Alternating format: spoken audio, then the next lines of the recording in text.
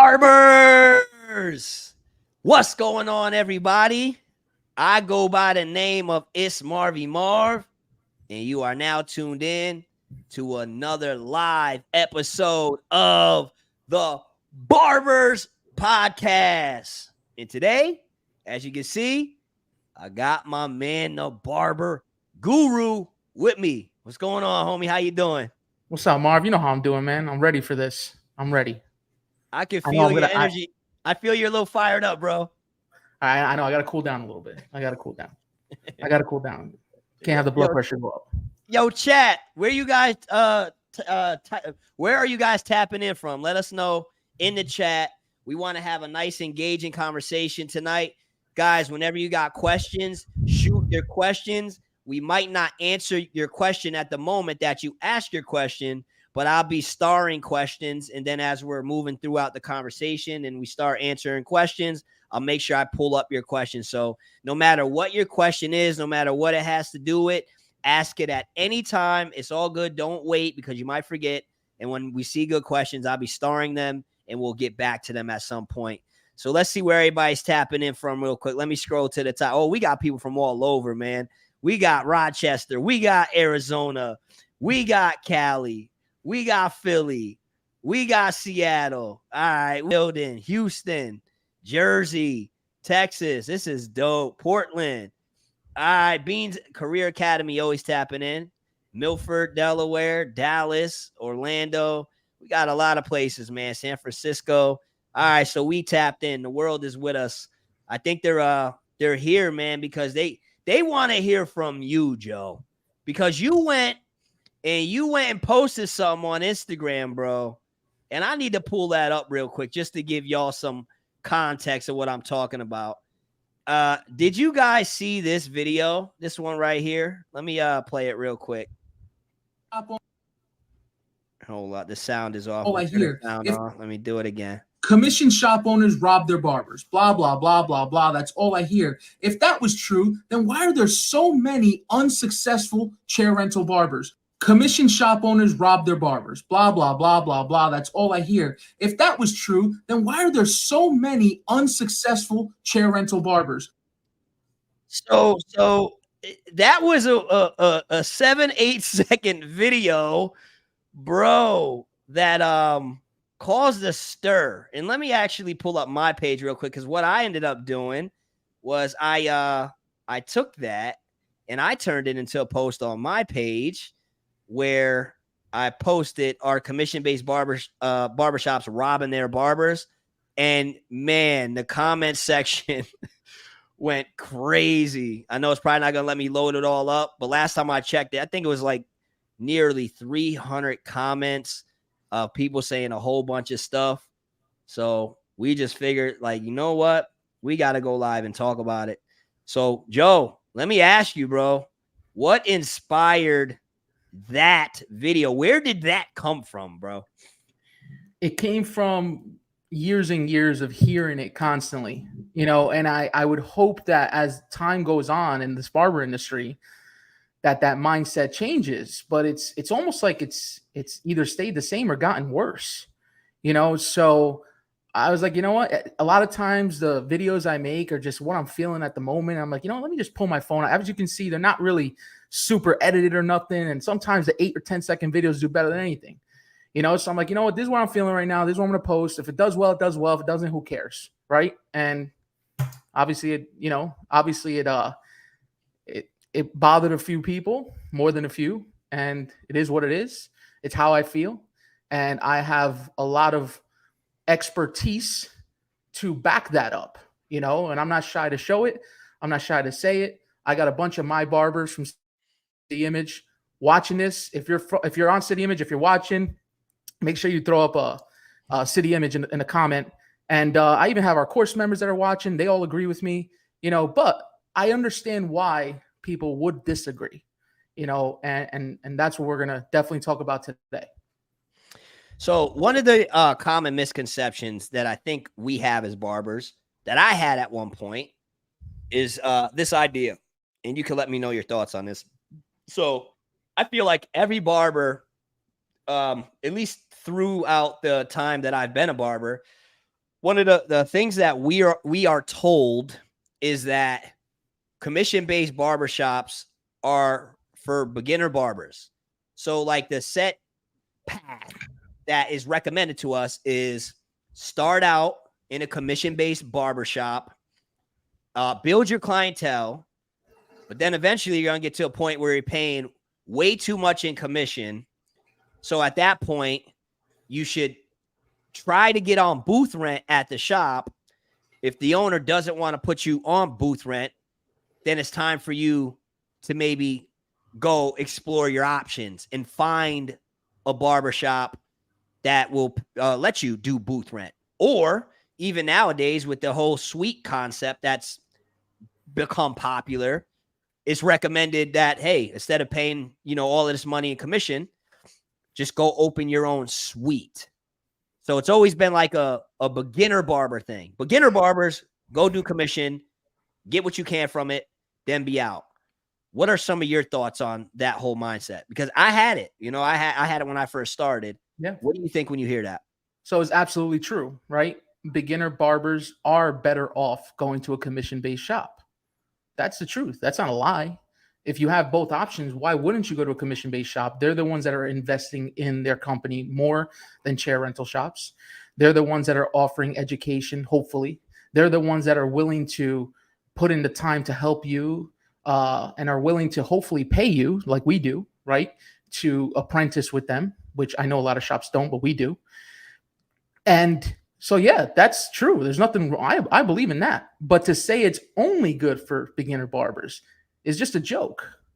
Somebody actually said it's only good for beginner barbers and females. Yeah. Women barbers. I've seen that too. What a joke. Half of our employees are female.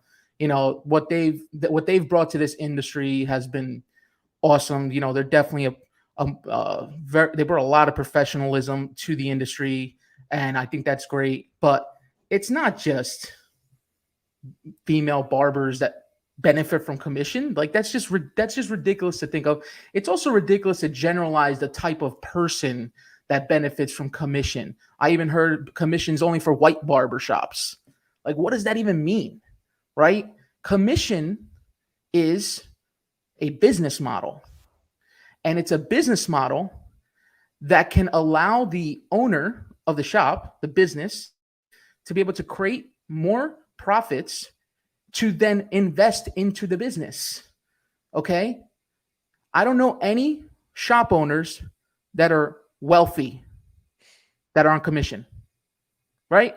There's no billionaire commission owners. There's no multi-millionaire commission owners, right?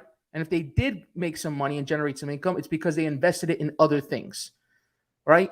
Barbering is one of the easiest things to really dissect and count what it is that an owner really makes, right? But there's a lot of hidden things that owners pay for, especially us, that you wouldn't even think of. So you think that the owner's making so much money, right? But they're really not. However, I do understand the misconception because over the years, there's been so many barbershop owners who say it's commission and they're not doing the extras. They're just taking the money. They're not investing it back in the business. They're not fixing the shop up. They're not making improvements. They're not giving education. They're not doing a lot of things. So I could understand how some of these barbers have first of all, a majority of barbers have this misconception because it's what they've known, it's what they've been through, and it's what they hear from everywhere.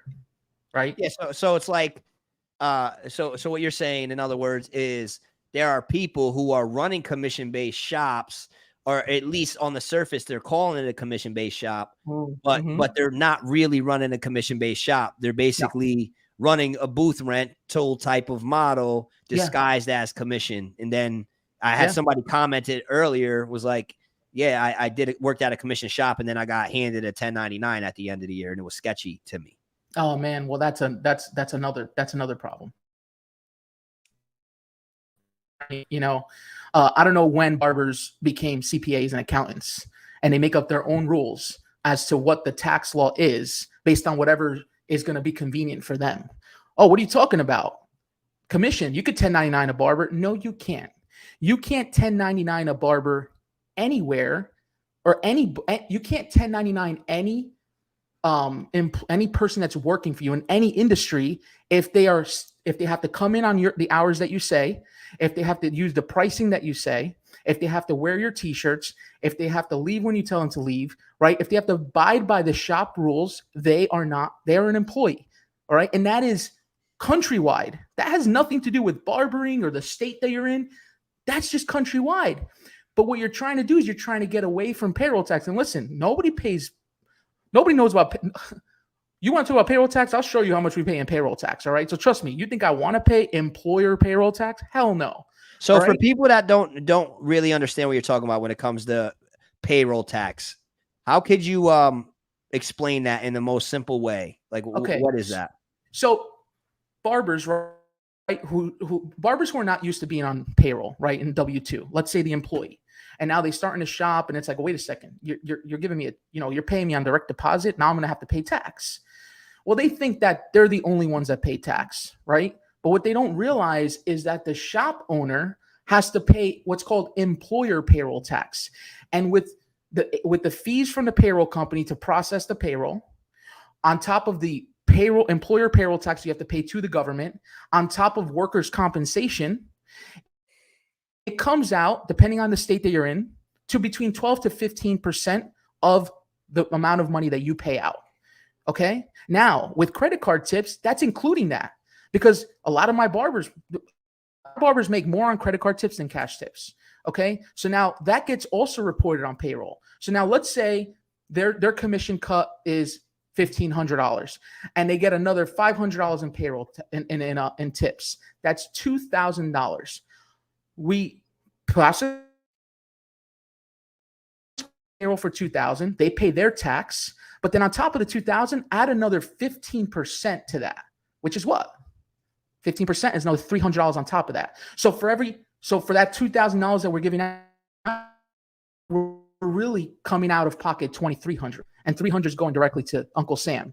So these are things that people don't realize, right? So shop owners that are paying with W-2 and payroll, they have to pay a lot of tax on that as well, right? And that's why a lot of people don't want to do it, because they realize, man, wait a second, I got to pay so much tax on this. On top of that, what winds up happening is this is why prices are lower, right? This is why prices are lower and commissions are higher. And a lot of these commission shops, which you said they're really disguising as commission, but they're chair rental, because when you're given 80%, that's pretty much chair rental, right? A lot of these shops are able to keep the prices low and the commissions high because they don't have much overhead, right? They're not paying a lot in rent a lot of the times. They're not doing payroll tax. They're probably not doing a lot of credit card processing, right? Because that's a fee. That's a huge expense in itself. So now, of course, if you're not taking the hit of all these expenses as a business owner, you don't have to raise prices because you think, and on top of that, if you're cutting in the shop and you're keeping your entire chair, well, now you're crazy profitable at that point, right? But what happens if you break your hand tomorrow? Can that shop sustain itself? Can you sustain your lifestyle based on your barbers cutting hair only and not you? Most of the times, I would say, and I'm not going to use a fake or anything, but if I had to think, 95% of shop owners cannot. They cannot make a living off of just their barbers cutting and them not, right? And a commission-based model. Okay, so that's the breakdown of what employer payroll tax is that a lot of people don't know about. So one thing that you said during that, you said that that's what keeps the prices low. And so when you say prices low, what do you mean? The haircut prices? That's what you're talking about, right? Keeping the haircut prices low. And so I posted some also on my page. Let me pull this up. Because I know you had some thoughts on this too when it comes to the prices low. I posted, where was it? How much should you charge for a haircut? And you had a good comment on there. I don't know if it's gonna pop up because there's so many of them. Well, that's what started this all, really. Yeah. And let me see if I can find it quick to read what you said. But you have some thoughts when it comes to the price. Here it is right here. You said, well, if we're speaking for an average of the entire industry, there are two things. Number one is what the price should be due to inflation and other variables of business, such as payroll costs and overhead and a healthy profit margin. Two is why it's not even close to what it should be due to the industry being so so many years on a professional level. Price is dictated by demand and value. By value, I mean, what does the average American value a men's haircut at in terms of price? Unfortunately, the majority of Americans, whether they're rich or poor, only see a haircut being so much. And right now, it's probably about 30. Now, 30 is way too little to charge for a service that takes 30 to 45 minutes. But because the industry is so unprofessional as a majority, then the majority of Americans can only see it as a lower price service on average. Fix the problem at its root first as a whole industry, and then we'll see prices go up as a whole. And then I believe I said something along the lines of, yeah, here we go. If we're in a perfect world where we fix the problem at the root, if 30 is too low, where do you think it should be? And you put 60 for a 30-minute haircut. Yeah. What do you have to say about all that? So that's where it should be. Is that where it can be? No. And the reason is because we're too unprofessional as an industry. That's why.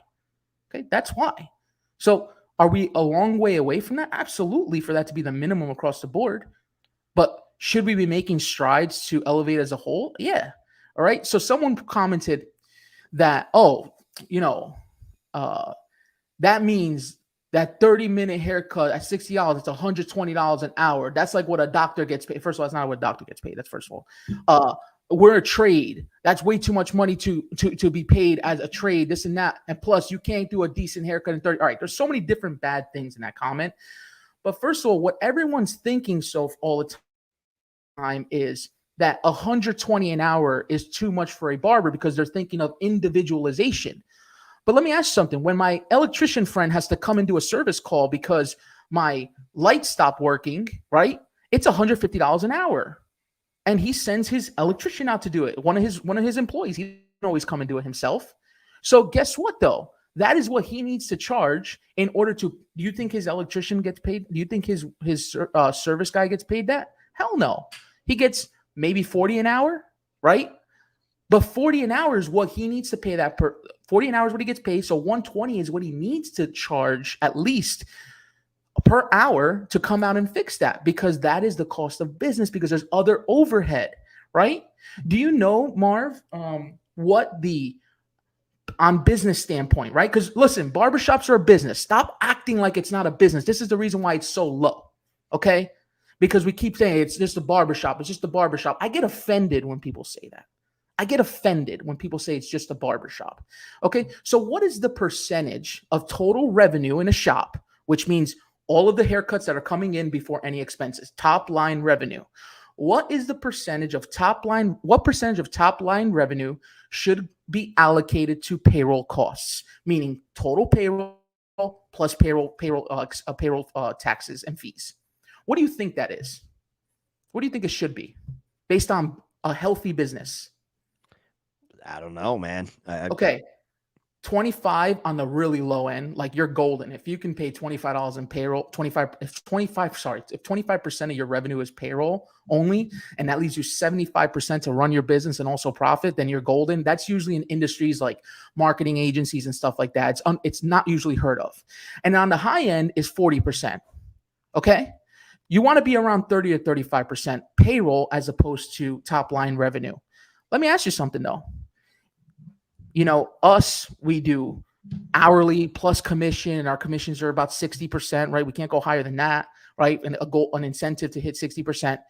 Well, if it's at 60%, then how much of our revenue is already to payroll without even payroll costs? 60%. 60%. Plus payroll costs, I just said, are about 15% on top of that. So that is 75% already of top line revenue that's going to payroll costs, which leaves me 25 to 30% to run our business, right? To run our business to the way it should be, to keep everyone growing, to keep the business growing, and then to profit enough to do all that and hopefully get some for myself, right? And for the partners to be able to live our lives, right? Because we work for the business full time. Do you see how it's a problem? Right. So what I'm hearing you say, what the general gist of what I'm getting from what you're saying is that basically on the surface, it may appear like somebody who's running a commission-based shop is making a whole boatload of money. But when you break it down to what you're paying out as an owner, there's really not a lot there. So for these barbers that may be sitting back thinking like, okay, well, why would I work in a commission-based shop when I'm paying them $700, $800, $900, let's say a week, right? They're getting rich off of my hard work. What you're saying is if the shop is being ran the way it's supposed to as a commission-based shop, there's not as much profit there as you think there is. Is that's what you're saying? No, I mean, especially so the way we run it, barely any.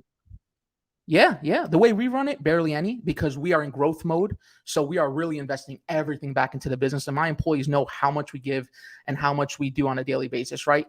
But for our course members, I always say, don't do everything that we do because you just can't do it, right? You need to be profiting more, right? Because you're not in super growth mode like we are, right? But the thing is that you have to understand that as an employee as well, right? And that's why it's important to come out and show employees the numbers and make them understand that, yeah, you are a big part of what this company generates, of course, but you're also a big part of what it completely gives out, right? And it's okay because if you're the right owner, you are in the give first mentality, and you understand that in order for you to be successful, you have to give first, right? We're no longer in the 50s, in the 60s, where it's like, yo, just shut up and work. Like, no, you have to be on point with everyone's feelings and emotions and what they're going through and check-ins and all these different things, right? So, yeah, that's so Sal says, I think it's simple as a commission-based barbershop owner. You have to be worth your commission. Now, I know Sal runs the booth rent model. He's got 100 different rental spots down in Pennsylvania. And this is his comment to that: be worth your commission. So doing what you do at your shop, for those who are tapped in, who might not know much about you, what is it that you feel makes your shop worth the commission? Because what do you got? You said you guys do what's the percentage you guys do? Well, like I said, we do a base pay no matter what, and that ranges between 800 to 1,000 a week. And then on top of that, they have an incentive for commission and also their tips, which their tips are very, very high. So, and Sal, that's true. I was just realizing that Sal doesn't run, and I was going to. No, he has commission shops. Yeah. I was going to have booth rent. I thought he was doing booth rent. Maybe he switched. I was going to actually say that. What's up, Sal? So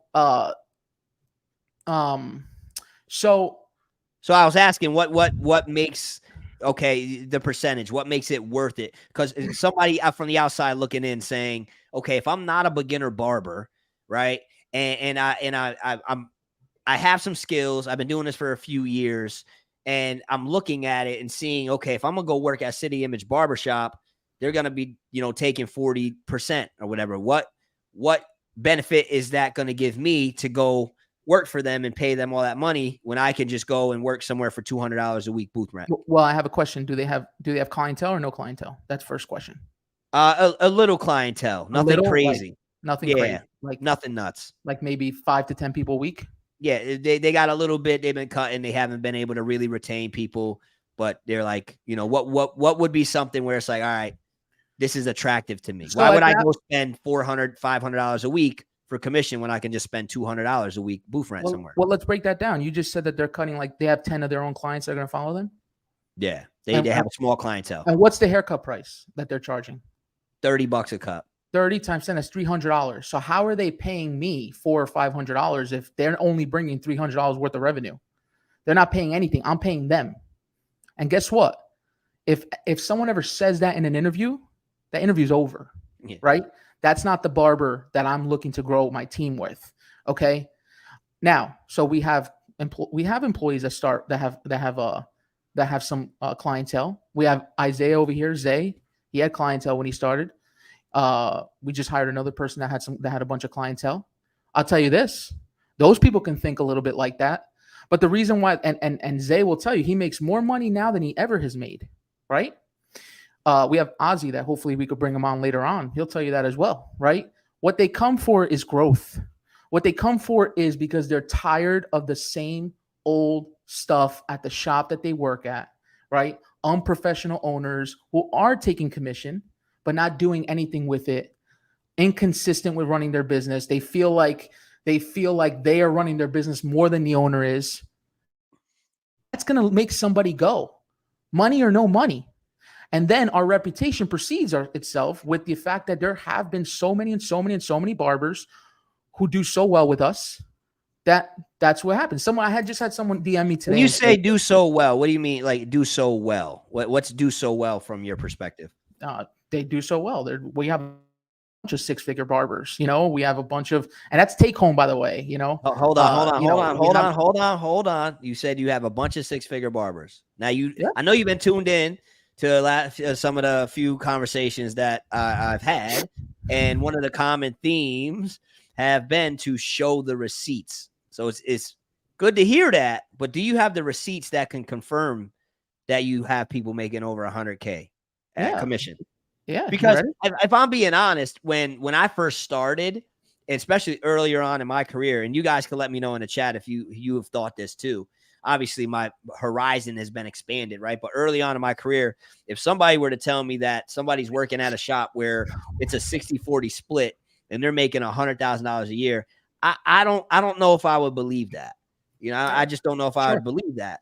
So, I've said what I know now. I know that's more than possible, but I'm assuming you probably have the receipts to confirm that too. I do, and if you want to see them, I can show you. I think that what it is it's an understandable misconception, but it's not a misconception. Am I saying that all commission shops you can make that much? Hell no. I know a lot of commission shops that their barbers are barely scraping by. Because that's the problem. No matter how much money you charge, no matter how much commission you pay, if you're not busy enough, it doesn't matter. Like if someone leaves to go for a shop that's giving 70%, well, 70% of zero is zero. Yeah. So what the hell's the difference? Go ahead, go get 70% of $1,000 in haircuts. Big deal, $700. $700, right? What the hell is that? And then if you're only cutting $1,000 worth of people, that means you're cutting a small amount of people, which means your tips are even lower because tips are based on volume. Tips are based on service as well, but tips are based on volume.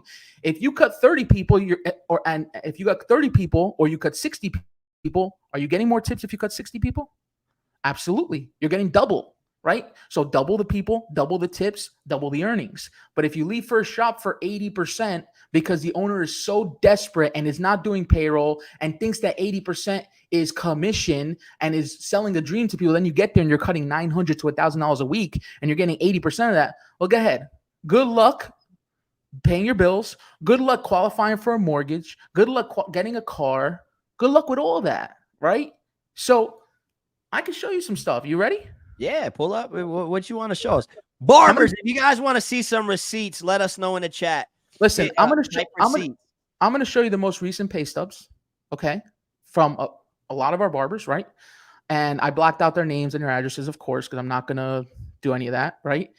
And you got to remember one thing, that this is, even if you're paying tax on something, it's still gross. This is where I think, that conversation with Basio, if people weren't listening to what he was saying, is you get to a certain amount and then you invest to continue earning even more. That doesn't mean have 7 streams of income when you're still building. No, you build up and then you start investing, right? While you're still doing what you love. Okay. So my barbers can invest. My barbers can either invest with us or invest in real estate or invest in stocks or whatever they want to do, because they have the backing for it, right? They can go and get a car. They can go and get a house. They can do what they want with the numbers that they. So even if you're paying taxes on these numbers, that doesn't mean you didn't earn it. And trust me, they look at that, right? So this also doesn't include cash tips, which you have to remember. Cash tips are also a good amount, right? They report their own cash tips at the end. So let me see. We're going to go window, StreamYard.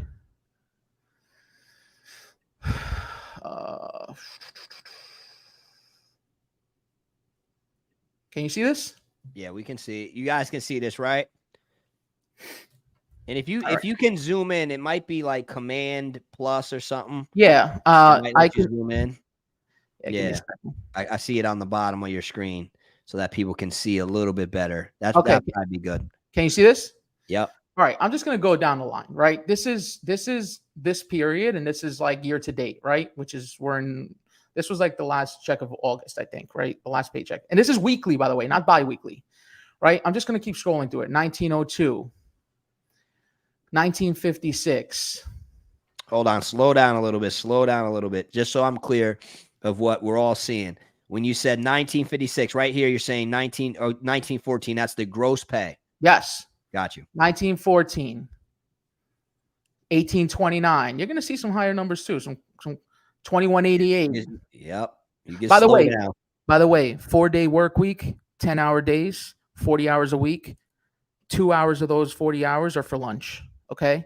And then my managers, they actually have 1 hour a day for office time that they're not cutting, and 2 hours a week for a manager meeting. So that's a total of 1, 2, 3. That's a total of 7 hours a week of not cutting and still hitting numbers like this. Okay. 1958. I'm going to keep going. 2458. This person's almost at 100K already.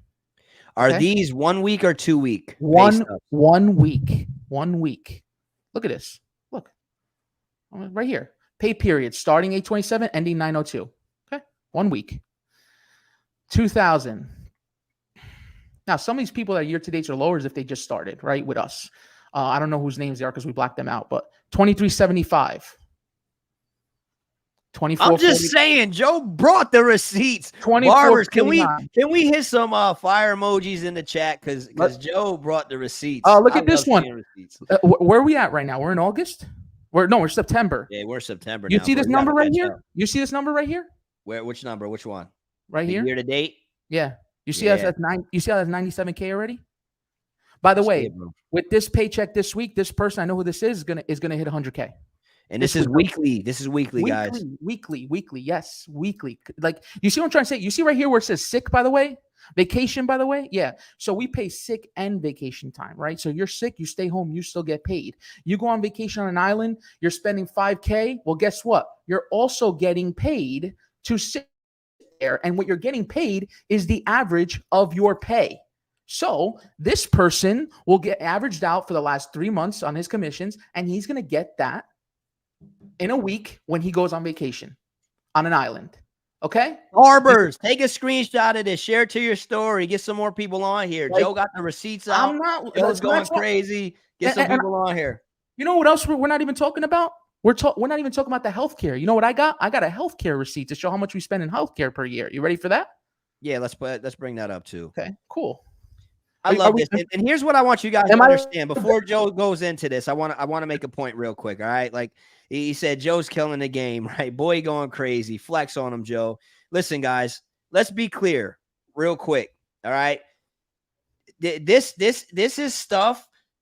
You'll have to bring that back up in a minute, right? But this is stuff that we aren't necessarily taught how to run our business in a way to create some of this stuff, right? That Joe is talking about. And the one thing about being a barber and becoming a barber is the barrier to entry is it's actually pretty easy, right? It's easy to get a license. It's easy to open a shop. I know when I went to open my shop, it really wasn't that difficult to do. So with the barrier to entry being so low, it doesn't really require a lot of knowledge to start the business. However, because we get so comfortable knowing what we know, the little bit that we know, and seeing it work in the most basic ways, a lot of times what happens is we never get beyond a certain point and really elevate our business to having it reach its fullest potential and ultimately be able to do some of the cool stuff that that Joe has been able to do with City Image Barbershop, right? So one of the key reasons that I love having conversations with Joe and bringing him on my platform and letting you guys see what he does and hear his mindset is because Joe is a businessman. And he catches flack sometimes because he's not a barber, right? He gets a lot of flack for that, right? But he's a businessman. And us as barbers, a lot of times we're very good at our art. We're very good at our haircuts. We're very good at our content, but we're terrible at business. And even me, I'm 12 years, 13 years being a barber now. But the more conversations I have with people like Joe and Chris Basio and stuff like this, I realize how much more I still have to learn and can learn, right? So again, I bring people like Joe on the platform to be able to share the business mind. So that way, as barbers, not only are we great at cutting hair, great at content, doing all the cool barber stuff, but now we can start running our businesses better, because maybe you're a barber that has a shop open, whether it be booth rent or commission, and maybe you're just not really seeing any profit or seeing it blossom in the way that you thought it could. And maybe you are grinding, maybe you're working hard, maybe you're putting a lot of hours into it, you're making a lot of sacrifices, but there's just simply there's just a lot of times where you just simply don't know what to do or how you could be doing your business better, or you just don't know how to look at certain things. So again, that's why I'm trying to have more and more of these conversations, so that way we can elevate as barbers, elevate as businessmen, and then and business women, and grow and elevate the culture as a whole. You know what I mean? So I hope you guys are paying attention. I hope you guys are taking notes. I hope you guys are prepared to ask a lot of questions. And Joe even has a course as well, and I'm going to highly recommend you look into that too. It's an online barbershop owner masterclass that is $1,000 course that he's doing a special on. It's only $197. So the link for that is in the description of this video, or you can just DM Joe and say, hey, I want to check out the course.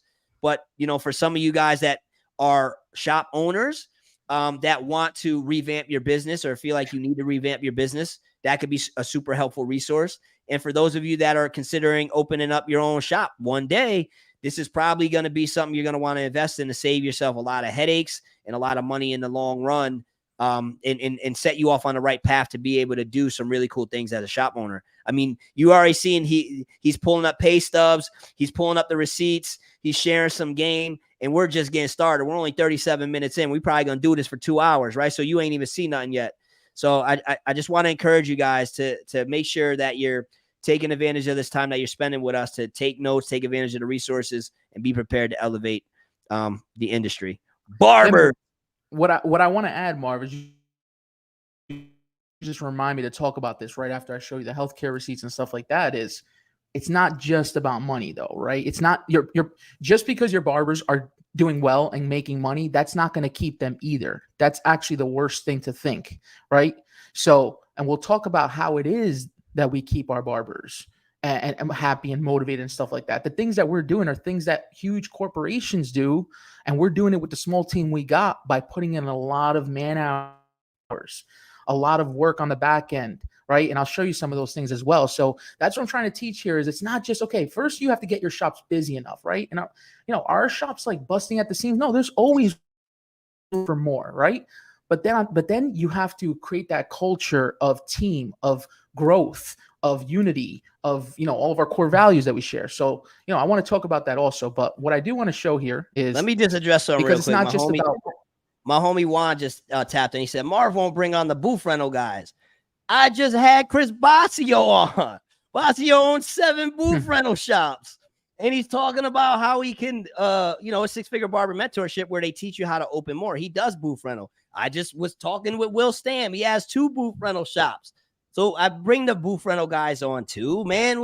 You just might not be tapping into those conversations. I just think what is important, at least part of my mission now, is to share some insight with the commission model, because I see a lot of misinformation when it comes to the commission model, and a lot of misunderstanding as to what it is from a barber's perspective, and a misunderstanding of what it could be from an owner's perspective.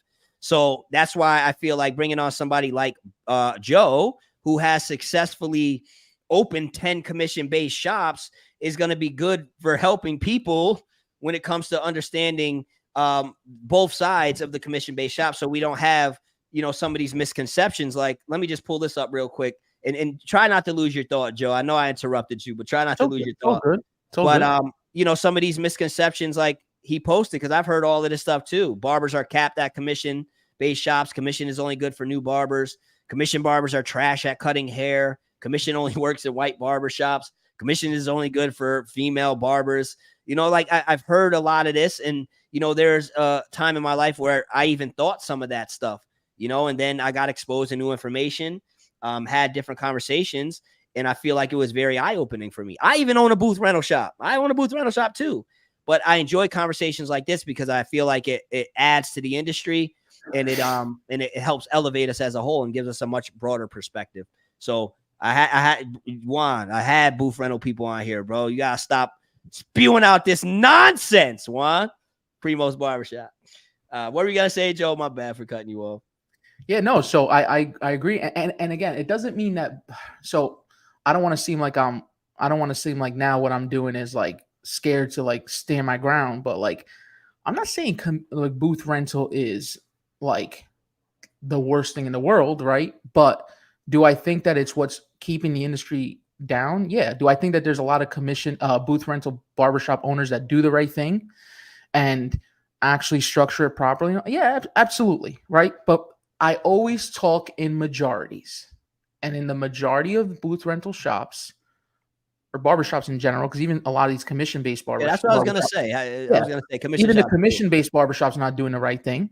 You know, it's mostly unprofessional, whether booth rental or commission. But this ideology of individualism in barbering is really what's keeping everything down. And I'm not saying because I have this agenda of I want barbers to work for me, and that's why I'm against barbers going out on their own and stuff like that. Dude, I don't care about talking about any of that stuff. That's not why I'm saying this stuff. I'm saying, what do you mean by individualism? Because I heard you say that before. Like there's too much individualism in our industry. What do you mean? We're by an that? individualized industry where everyone is out for just, well, for example, barbershop, commission shop is good for beginner barbers only. So what does that mean? So it's okay for you to learn from a shop. The shop will invest in you, teach you, get you clients that they've used their marketing for, allowed clients to leave some of the other barbers' chairs to go into your chair to help you. You build your clientele, and then you say, all right, I'm good, and I'm out. Like, how is that right? How is that right if you're in a shop that is doing the right thing? Now, if you want to be out, eventually, everybody has the right to open their own business, and that's absolutely true. But there's too much of that ideology of, yeah, I'm just going to do this until I get my clientele, then I'm out, right? Then I'm going to jump to share rental, right? It happens to a lot of the course members that we have. You know, they lose people to chair rental shops because they jump ship, right? As soon as they grow their clientele.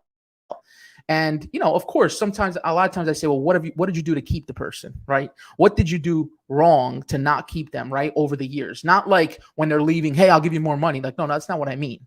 Like over the years, what did you do to make sure that they stay with you? What kind of growth did you give them, right? But even that, it's happening a lot. So it's because even at school, they're already taught like, hey, you could be your own boss. You could be your own boss. Like, if that was right, and if everyone was successful as business owners, then why are only 5% of the country business owners? If that was the truth, then why is that? Right?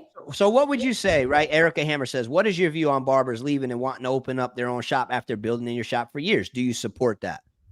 I support it if it's done the right way. It hasn't happened much, to be honest with you.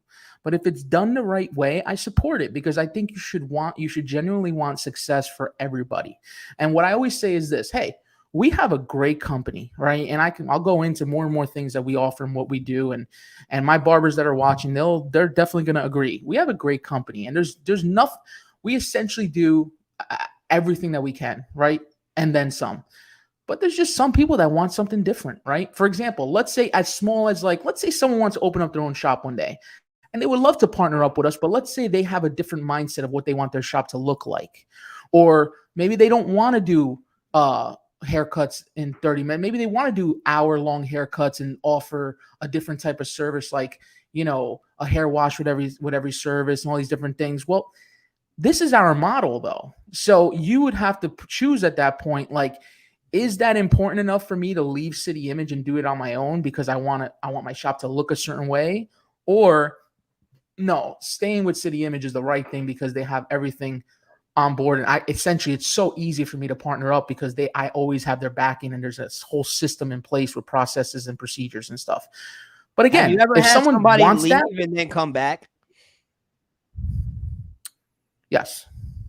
So like they left to go open their own, or did they leave to go booth rental? Or No, they left to explore other options, not in barbering. Yeah. Or another person left for another state and then came back. I'm trying to remember. It's been 14 years. Yeah. So there's definitely been, but I will be honest with you, we don't have many people leave us. Do we let go people? Absolutely. We've let go of a lot of people over the years, especially until our hiring process got even better and better. But sometimes people sneak through and they're just not the right fit, right? And you realize that. But yeah, we don't really get many people leaving us, and it's because of everything I just said. So I don't have a problem with people moving on as long as they do it the right way. Being sneaky is not. We are the most transparent company that there is. Okay, I just showed everything on the screen to however many people are watching, and then however many people are going to watch this afterwards. We are a transparent company, right? And when you're not transparent with us, that's not right. And that's where we don't take anything personally. Okay. But it's not right to do that. You should be as transparent as people are. And a lot of times it's because they're scared. They're scared of getting fired and stuff like that. But we wouldn't do that. If you do it the right way, right, and you're being honest, especially nowadays, maybe back in the day we would, but nowadays I would actually help the person, So that's my answer on that. Got you. Juan says that's why we need a national barber lobbying group, a political action committee. We would be the most powerful lobby in the nation, but we're all too individualistic. Yes. The sour taste in people's mouths about how you are. Why would I pay the shop owner this much money in percentage? This and that. It's like, bro, like when you think about it. You're actually making more money when you're consistent in a commission shop that's good. That's a good commission shop, right? That's doing what they need to do to bring clients in the door and has a good system and all that stuff. You are way more susceptible to having a better life, to be able to have more work-life balance, to be able to know your future, right? If you're working in a shop that's stable and secure in a business that's not going anywhere, and you know what you're making on a weekly basis, no matter what, and then you could always go up from there, why do you think that you should leave to always take a risk every week of not knowing what's going to happen this week, right? Just because what? Your chair, that $150 to $200, big deal. My barbers are paying a lot of money in chair rental at my shops, but they're also making a lot of money. And then I'm taking that money and I'm reinvesting it. And that's going to lead me to this. Let me share my screen. Got you. One thing I will say is, as far as us being very individualistic as a culture, the cool thing about becoming a barber is you enter it with the ability, or with the idea that you're going to have the ability to have a lot of freedom, right? And make sure you select. Yeah, there you go. A lot of freedom, right? And freedom is great. I think where we mess up is, I think the idea of us being able to have our own quote unquote freedom can oftentimes lead us to keeping ourselves in a position where we're not reaching our fullest potential, because we'd rather cling to the idea that we have our freedom than to maybe conduct our business in another way where we lose some of our perceived freedom. And what I mean when I say that is, I know a lot of barbers that would say that, I would never work for a commission-based shop. And I probably would have even said that earlier in my career too, right? Because the idea is that, you lose a lot of your freedom. You can't do this, you can't do that. All of the different things that you guys would think when you join a commission team, a commission shop, right? But then what happens a lot of times is you'll see those same barbers stick to doing whatever it is they do, whether it's booth rent or a suite or however they're operating, but they have their quote unquote freedom. But then so many of their other things are not in order. Their paperwork's not in order. They're not bankable. They don't have health insurance. They're not doing things in a way that's going to help them in their overall life. Even me, earlier on in my career, I made a lot of mistakes when it comes to how I was doing my business that ultimately cost me a few years of being able to qualify for a mortgage, just simply because, I had my freedom as a barber, doing things how I want.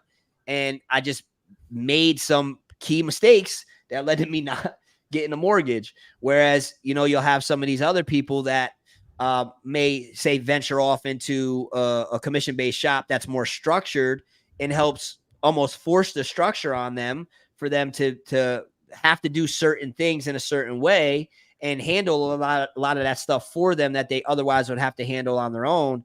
And then because of that, they put themselves in a position to be bankable, or in an instance like what Joe have some health insurance.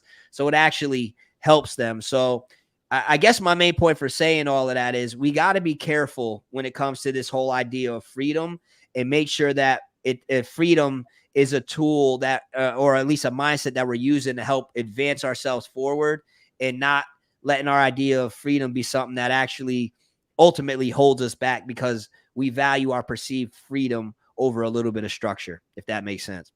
Absolutely. Absolutely.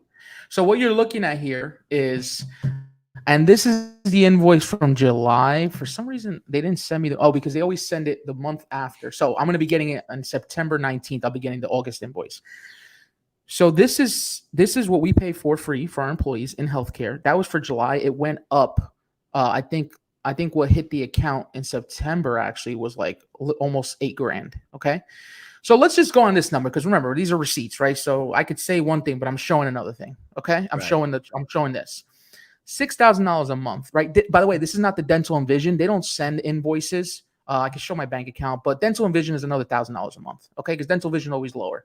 So $6,070 per for the month of July, right? And let's say that's in a year, which it's actually higher because, like I said, more people have signed up for healthcare. But that right there alone in a year is $72,800 in free healthcare that we give our employees, plus $1,000 a month in dental and vision, which adds up to another $12,000, which equals $84,000 a year in free healthcare for our employees. Okay. So am I still a thief? Whoever said that in the comments, am I still a thief? I don't know. This doesn't look like a thief to me, but let's keep going on that. So this is a point. Why do we give the free healthcare? Well, first of all, because nobody else is doing it, and we wanted to do it. We wanted to be the first to give that to our employees, for those that need it. Second is, why wouldn't you want your employees to be healthy? The healthier they are, the more positive they are at work, the more they're going to be able to work, right? Why wouldn't you want them to be healthy? If they don't have insurance, or if they have a crappy insurance plan, well, guess what's going to happen? They're going to be calling out of work a lot more often. Am I right, Marv? Would you agree with that? Yeah, I mean, it makes sense to me. So that's another quote unquote receipt. I put together a little spreadsheet here. So question for you quick, Joe. Because Tim says, yeah, but you're damn near the only one that does this, which, right. I mean, you might be the only one that does this. We are. So what's your response to that? My response is, that's my point. That's my point, that I have to charge $35, $40 minimum in my shops when I'm doing the amount of things at a $60 minimum set, but I can't charge $60 because the industry is so behind that no matter how rich somebody is, they're still going to think in their head that $60 for a regular haircut, you're out of your mind. Barbers themselves think that. Look at the comments I got in the thing where they're saying, "What, are you crazy? If you're charging $60, that better be for a beard. That better be for a shave." No. Like, it better be for a half-hour basic haircut with a 2 on the sides. But the problem is that can't happen now, or I hope it doesn't take 20 years. It can't happen because of how behind we are. But let me do a little bit of math for you real quick, okay? If a barber does $2,000 in haircuts and their commission is 60%, which I just said 60% is tough for a business, for payroll to be 60% of revenue, but it's what we need to do, right? Because that's the industry standard. And plus, barbers have to make a living. So if barbers cut $2,000, right, of clients that we are generating for them, of course, right? $2,000 times 60% comes out to $1,200, right? And that leaves 40%. It leaves $800 for us to then what? Plus payroll tax, by the way. So on top of $1,200 payroll tax. Now, if we charge 35% of $2,000, That's only $700 a week. Now, I know there's a lot of barbers in America that only make $700 a week. Trust me, I've met a lot of them, right? And that have been cutting for a long time. But it's hard for every barber to really, and that's if they're cutting $2,000 worth, which is like they're doing 60, 65 haircuts. All right. But now imagine if it was $60 a haircut. At $60 times 60 haircuts is $3,600 in sales. Times 35%, which is a healthy percentage. That's what salons do, right? Because their prices are higher. That comes out to $1,260, which is even more than you get at 60% of 2,000. Right? So now $1,260 leaves the shop with enough to do what? Continue to grow, to provide better things, to provide that health care, to provide that 401k match, to provide vacation time, to do a bunch of the benefit, to keep growing, to be able to partner up with their barbers, right? Now they have the money for that. And on top of that, enough to profit. Listen, we shouldn't be embarrassed of profiting as business owners. What the hell do you get into business to not profit, right? You'd be stupid to do that. All you did was buy yourself a job at that point. So my point is, that's why I said 60, because 60 will be comfortable. Then you say to yourself, oh yeah, but barbers would never want 35% when they see that they're cutting 3,200. Yeah, because this is what happens. It's a mindset for so many years. It's going to take a long time for this to correct. So the problem is, what I was saying before is that we need to keep raising the minimum as a whole. Because when the minimum is 30, 40, now the shops like myself are a little bit, that do run things a lot better, can charge 50 and it's not as terrible. And the shops that want to just do the bare minimum, not good customer service, not really care about do the bare minimum to run a business where it's like decent customer service, not great, they can charge their 40, but right now they're charging their 25. And see the problem here? So that's where I said that it needs to be 60, but we're nowhere near that shit. We're not. We're just nowhere near it, right? Like, look at us and everything that we offer, and our haircuts are really good, and our education is great, and all this stuff, all this stuff that we offer. And so, what are you guys charging per haircut? Our minimum is about $35. And just, let's be clear. As far as because I know you have a system, right? So it's like 30-minute haircuts or something like that. Because I know people have the belief, which I will admit, early on in my career, I had to believe too that there ain't, if people want quality haircuts, they're not going to go to these type of shots. These are almost those cookie cutter franchise type of stuff. They're running it that way. There's no way that they're putting out the quality haircut that I would want. What are your thoughts on that mindset? Why don't you go on the City Image Instagram? Pull it up, please. Right, let's do it. City Image Barbershop, right? Yeah. Just browse through the haircuts, and you tell me if we're giving super cut haircuts. City Image Barbers. Okay, hold on. Let me click this. Let me see. Barbers are mad funny. Like, yo, bro, I seen a dark spot, bro. You should have made it a little bit shorter, bro. Seeing that dark spot is keeping you broke, but whatever. Why you making me jump? You just made me jump, bro. Y'all, did you? Keep going, because I don't want you to just show the same barber. You can just keep going. By the way, that's education that we provide. Look,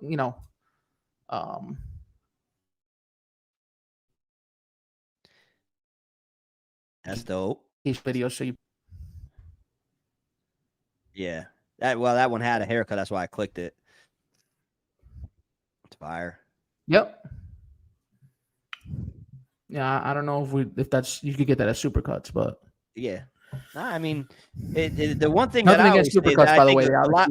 A lot of what holds us back as barbers is this idea of like, I perfected my product, and I'm a perfectionist, and I'm quality over quantity, and it's like I get it and I understand what they mean when they say that, but I don't think that most of us understand how much we hold ourselves back by this idea of perfection. When you're putting out haircuts like this in 30 minutes, you're never going to struggle to get people in the door, bro. You're never going to struggle. But I don't know what y'all think in the chat. Let us know. Are these haircuts up to par? Come on, barbers. I know how we be. We be haters sometimes, but what are y'all thinking about some of those haircuts? Let us know. Let us know. Raven said, I give quality cuts in 30 minutes. I hear you. You can smash up layers in 30s. I hear you. I know, but barbers think you need an hour and a half. You know what I mean? So I don't know. Haircuts are great. Send me what you gotta say something, Joe? No, what I'm saying is like it's always they always want to, instead of saying, you know what? Let me listen, I don't know how your model is. Maybe I don't agree with it right now, but explain to me, how are you doing it? You know, what should I do? No, instead, oh, your haircuts must suck. Do you even cut hair, bro? Like, no, I don't cut hair. No, I don't cut hair. I worry about being successful. All right, as a business owner, I make sure that everyone else that's cutting hair is successful. That's my job.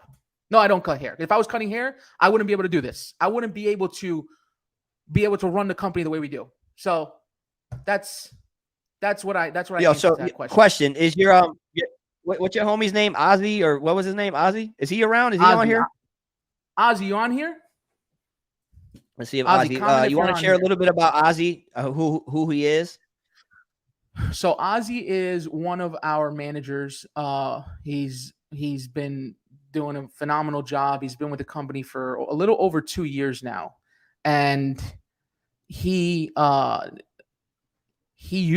15 years of his life he was a chair rental barber, and it was rough for him to even think about making a transition. But we kind of knew each other from when I owned the barber supply store. He used to come in, this and that.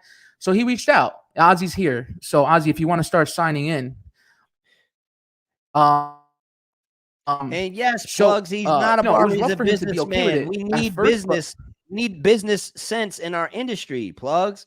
Like this idea that just because somebody doesn't cut hair, that we shouldn't incorporate the business principles and the business practices that they represent. It's just a wild idea that we have in our industry. What you have to understand is you're a businessman, Plugs. You're a businessman. You're not a barber. You're a businessman. And I'm a businessman. We're all businessmen. So we have to stop this thing where we're like, oh, well, he doesn't even cut hair. Oh, but business is business.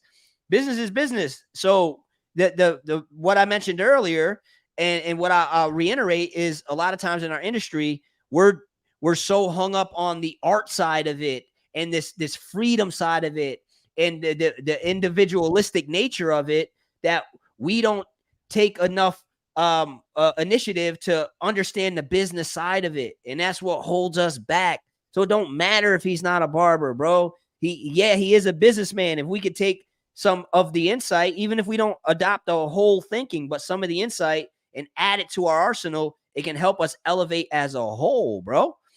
And so we stop, like Javier says, so we stop looking at it as a hustle. Instead of we got to look at it as a business. We look at it too much like it's a hustle. And then we call ourselves our own boss. But then we have a conversation with a businessman. We're like, oh, what, they don't cut hair. They don't understand. Bro, business is business at the end of the day. And you know what? Let me just add to that real quick. Most people are not business people, by the way. Marv, most people are not business savvy. And like I said, that's why only 5, maybe 10% of the country is business owners, and successful ones, right?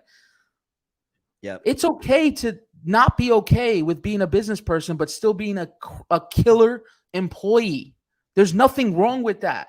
That's a fact, bro. Guess what? Tim Cook, the CEO of Apple, he's an employee. He's an employee. He might have stock in a company because that's what he got, is becoming a CEO, but he can get fired. He's an employee. Okay? There's nothing wrong with being an employee and killing it. Not everybody is Steve Jobs, right? And barbers all think they need to be Steve Jobs. Right. And that's what leads to barbers. It's like that analogy of, barbers would rather have a whole grape than a piece of a watermelon type of thinking. Yep. Absolutely. And so I see Ozzy's here. So do you want to just again, I know I cut you off. I think I cut you off. Just a brief who Ozzy is, and then we'll bring him on to share a little bit of his story. Ozzy is one of our managers. He started off as one of our barbers, right? Came from a chair rental for about 15 years, just grinding constantly, really talented barber, but, just caught up in the mix of what barbering is, right? For most people. And you know, he came to City Image. We had a little relationship before because I used to own a barber supply, so he used to come shop. So he came to City Image. He interviewed. I'll be honestly, I was hesitant because normally that type of barber, quote unquote, someone that's come from chair, does not do well. Does not do well because they have too much of a closed mindset. So no matter how much they're making, they're always thinking about how much they're giving, right? What a barber could be making $2K a week, but they're thinking about, yeah, but I just gave 800, 900. It's okay. You made $2K a week.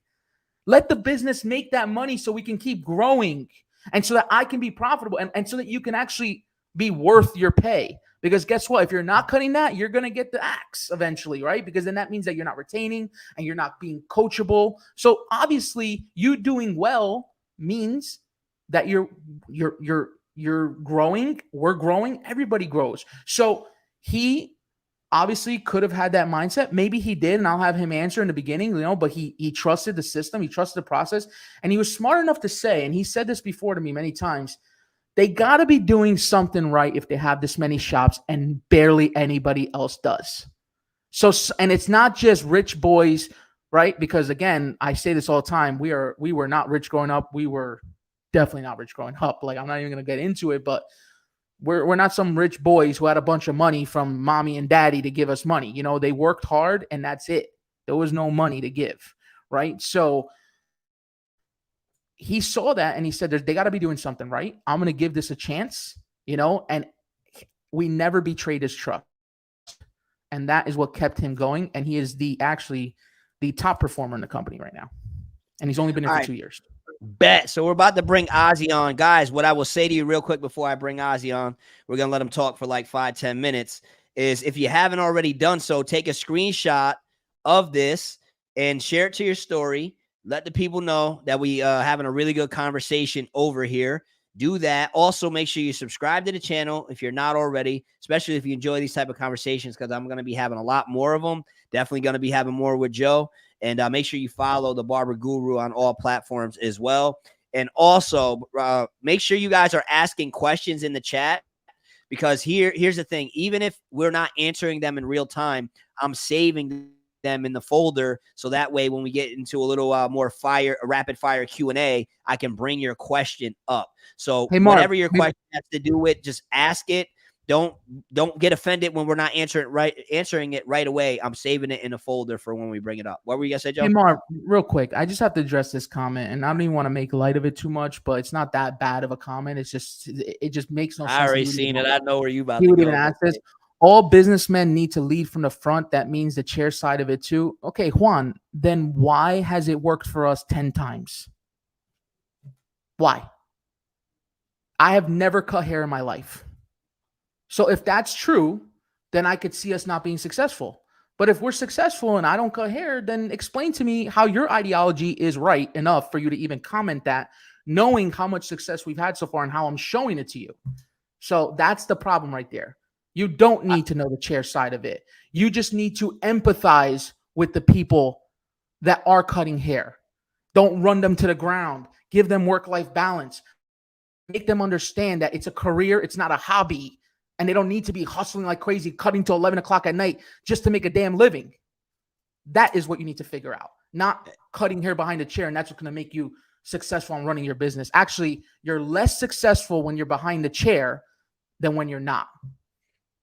I thought you were going to say this one because Plug said it's funny. People are funny. You're funny, Plugs. I get it. Upgraded. He's an upgraded great clips. I get it. Not knocking his business. Hold on. Let me speak. No, not knocking your business. Yeah, not knocking. Right. It's the not knocking your business. You did knock. But one thing that I love, somebody also commented is this right here. I think I passed it. Let me see if I passed. Great Clips is a multi-million-dollar franchise, and that's where that's where the disconnect is in our industry. We take so many shots at places like Sports Clips and Great Clips and Supercuts and these places, and we think they're shots. And like, and at the end of the day, bro, these companies, regardless of how we might think we feel about them, they're multi-million-dollar businesses. So for us to think that we can't learn something from the way that they're running business, bro, we're wilding. And I'm not going to sit here and act like I haven't been the barber that said the same things that we all have said. If you don't like it, go to Great Clips. I've said things like that earlier in my career. But as I evolve, as I grow, as I get a little bit wiser, I start to think like, bro, how can I sit here and even throw shade at a company that has 4,500 stores in the country, bro? Like, what are we doing? What are we doing? So, I know you said it's a compliment, bro. You know it wasn't a compliment, but it's all love. You know what I mean? It's all good. And we're just here to have a conversation and share perspectives. You know what I'm saying? So I think I got to bring my man Ozzy on. Yo, Ozzy, what's up, bro? What's going on, guys? Can you guys hear me good? We can hear you. We can't see you. Yeah, is there any way you can position that a little different so we can see you better? You like some light on the floor, dog. That's a little dark. better. Where am I? You're a little dark. But we can hear you. Let me see. How's that? I guess it's gonna have to do. I left the ring lights at the shop, man. We got to work with Ozzy and his stream setup. We got to get so you get a fancy stream setup like us. You put stuff in the background and the cool. Appreciate you. I feel like I'm in the draft waiting to be called up, man. So Ozzy, I want to ask you, man, because you on the surface, from the outside looking in, I think a lot of people would argue that you made the cardinal sin by going from a booth rental shop to a commission-based shop. Most people would think it's the total opposite. You start at commission and you go to booth rental, and then you're never looking back. But you went from booth rental for, I think Joe said 15 years, and went to work with City Image as a commission-based barber. How did that even happen? Well, we could thank COVID. COVID shut down, like everything shut down, and we, barbershops got shut down. Nobody was. If you weren't on the books and everything, you were pretty much living off of whatever you had saved up. You know what I mean? So you didn't have your paid vacations, your sick days, your benefits, all the stuff I have now, right? And I had to keep grinding during COVID. I actually had 2 jobs during COVID. I was cutting full time from the garage because I couldn't stop, right? And I was working in the warehouse, right? So I was going full time in the warehouse, and I was walking into the garage on the weekends at 9 a.m. in the morning, and walking out at 10 o'clock at night. You know what I mean? So it turns out I was home more, but I was spending less time with the family. So that was one thing where during that time when I went back to the shop after they opened back up, things were so different that I was like, I'm just going to go back home because I can actually control things at home, right? Due to all the regulations and everything that was going on when things opened back up. And then I got a message on Instagram, got offered an interview. And to be honest, my mindset at the time was like, an interview. I don't do interviews. I just walk in the shops, cut, and I got the job, which is usually how it goes with a lot of places. And I came in, and to be honest, my mindset was to say no, because I was doing all right from home, which is what I thought I was. I thought I was doing all right. You know what I mean? Like I was coming from home. I had all the freedom, and what I did was I just said, there's 9 locations at the time, now 10.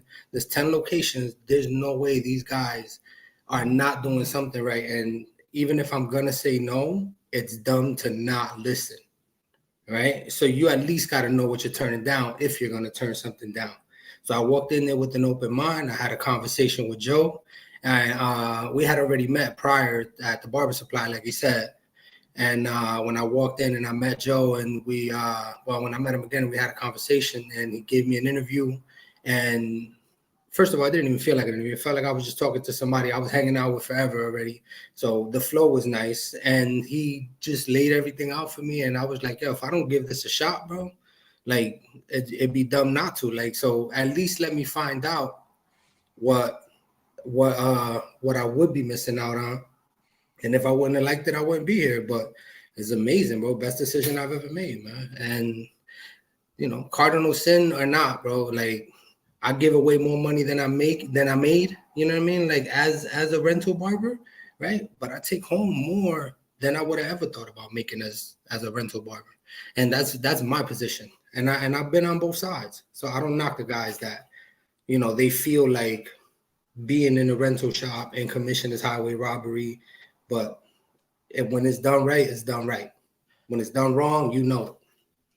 So how many rental shops did you work in before you went to City Image? I don't remember if you said that. I might have missed it. No, I didn't, man. I've worked in a ton of locations, man.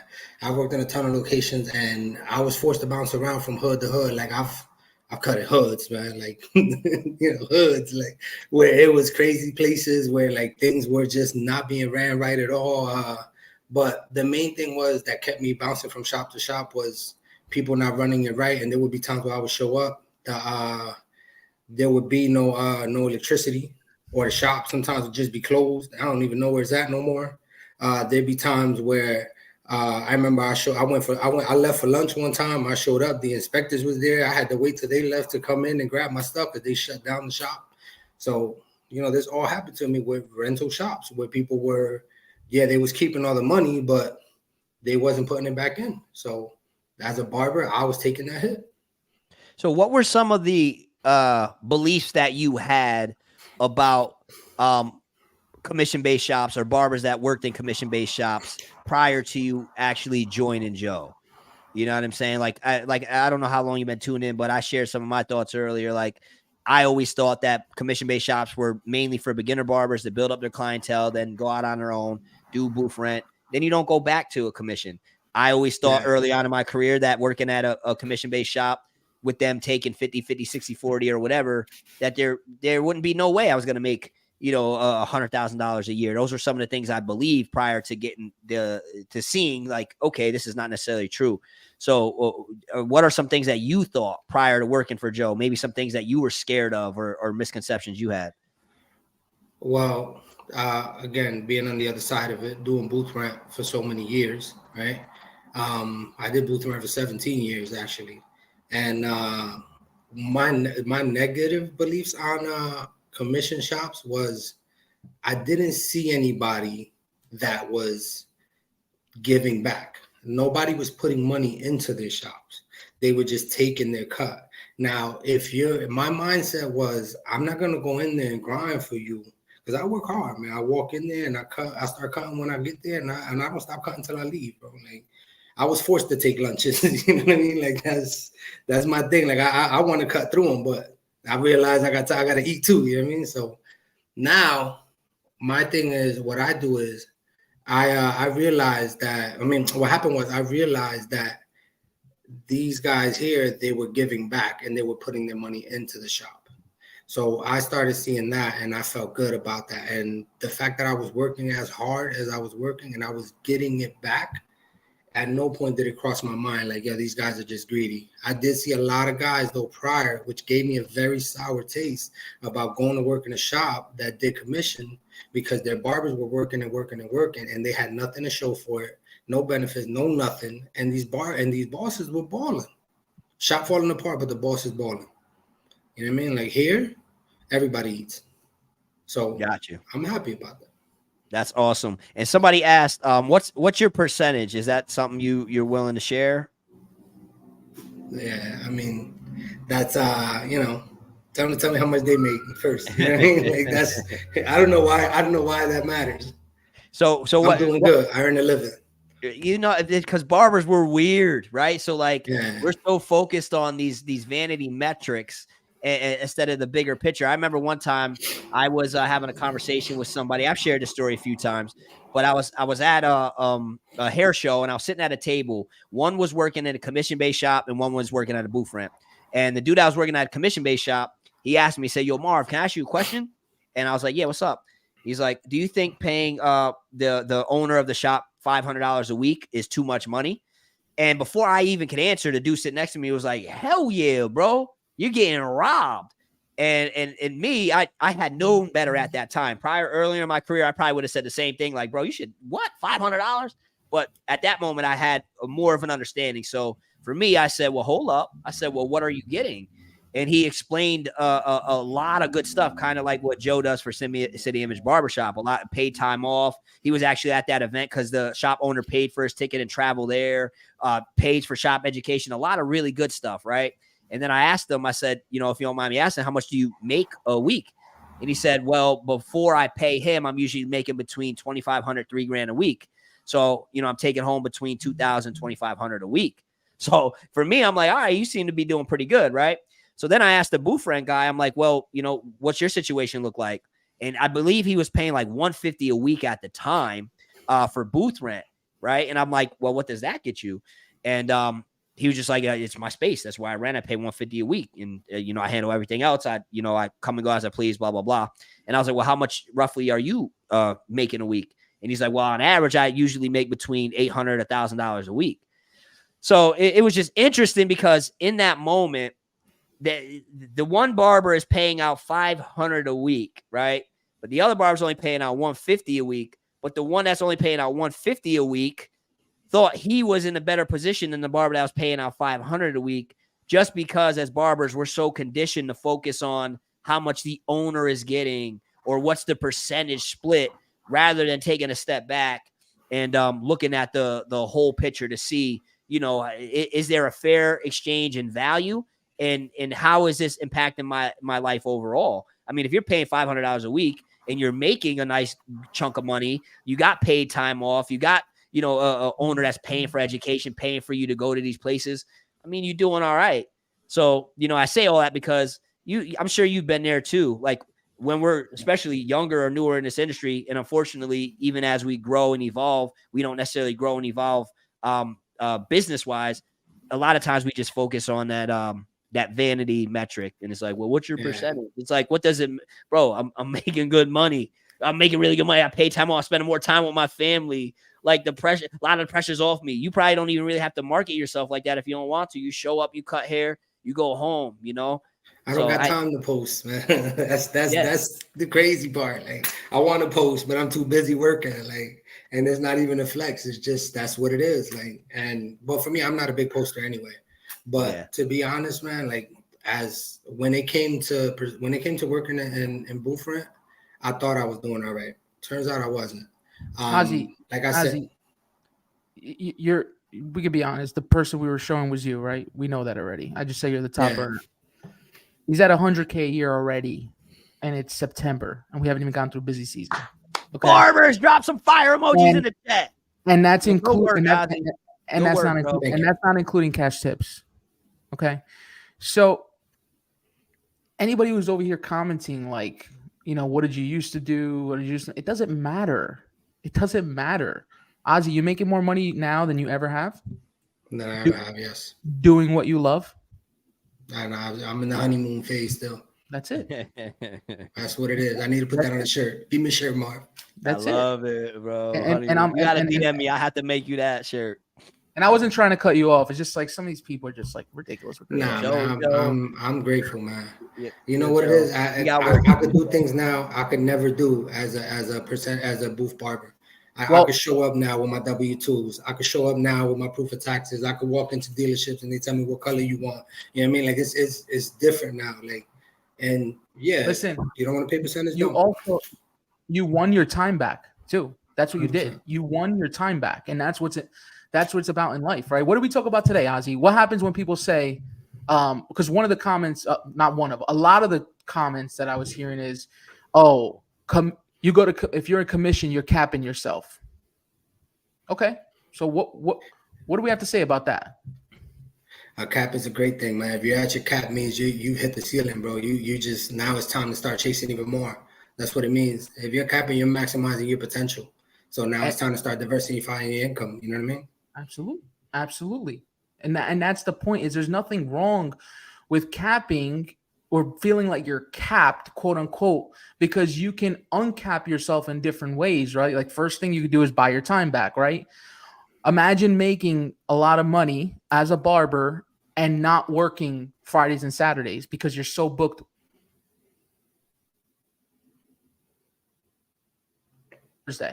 That don't work Saturdays.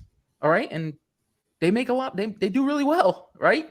So they were able to now spend time with their family. They had to put their time in to get there.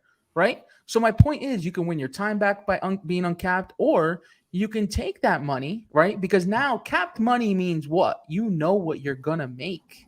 right? There's no misconception. There's no scarcity. There's no, oh my God, I don't know if I'm going to be busy next week. Like, no. Like, you're going to be busy next week. And you're going to be busy the week after, and the week after that, and the week after that, right? So now, if you're going to buy a 2-family house, you know what you can afford. And then you take that, and that's rental income, right? If you're going to put money into stocks or into any other investment, you know what you can do because you know what you're going to make. So there's nothing wrong with quote unquote being capped. It's just now, how are you going to uncap yourself? And the first thing people think of, unfortunately, is I got to be a business owner to uncap yourself. Yeah, that's fine. It'll work for some people, but for the majority, it won't. And now what you're doing is you're buying yourself a job instead of doing really well working for somebody and maybe even partnering up with them who has a system already and still having your time to yourself. Because when you become a business owner, if you become a real one, not someone that just thinks that they're going to become business owners to work less, you're going to be working a lot more. And but I'm working for myself. Yeah, that's great. You're working for yourself, but you better have a good support team behind you, right? Yeah, very true. And it's the thinking, guys. You know, would you rather have a whole grape or a nice big piece of watermelon? You know, like this. Man, that's gonna have to be a whole topic for another conversation. I notice a lot of barbers they don't like the idea of having to show up at a certain time and leaving at a certain time. But what that does is that gives you structure. Structure gives you stability. Stability gives you job security, right? So what that does is now that I work structured, right? Because before I could show up at whatever time I wanted, I could leave at whatever time I wanted, and that didn't hold me accountable. So now that I'm there by a certain time and I'm out by a certain time, I've got more time to manage and do things I want to get done. So now because I'm locked into a schedule, I've actually got more control of my time, right? Which is a big difference. And a lot of barbers want freedom, but too much freedom hurts your pockets. I love it. I love it because I forget how it was broken down, so I don't want to butcher it. But basically, I remember I was listening to a podcast and they were explaining how if you really want freedom, you got to be disciplined.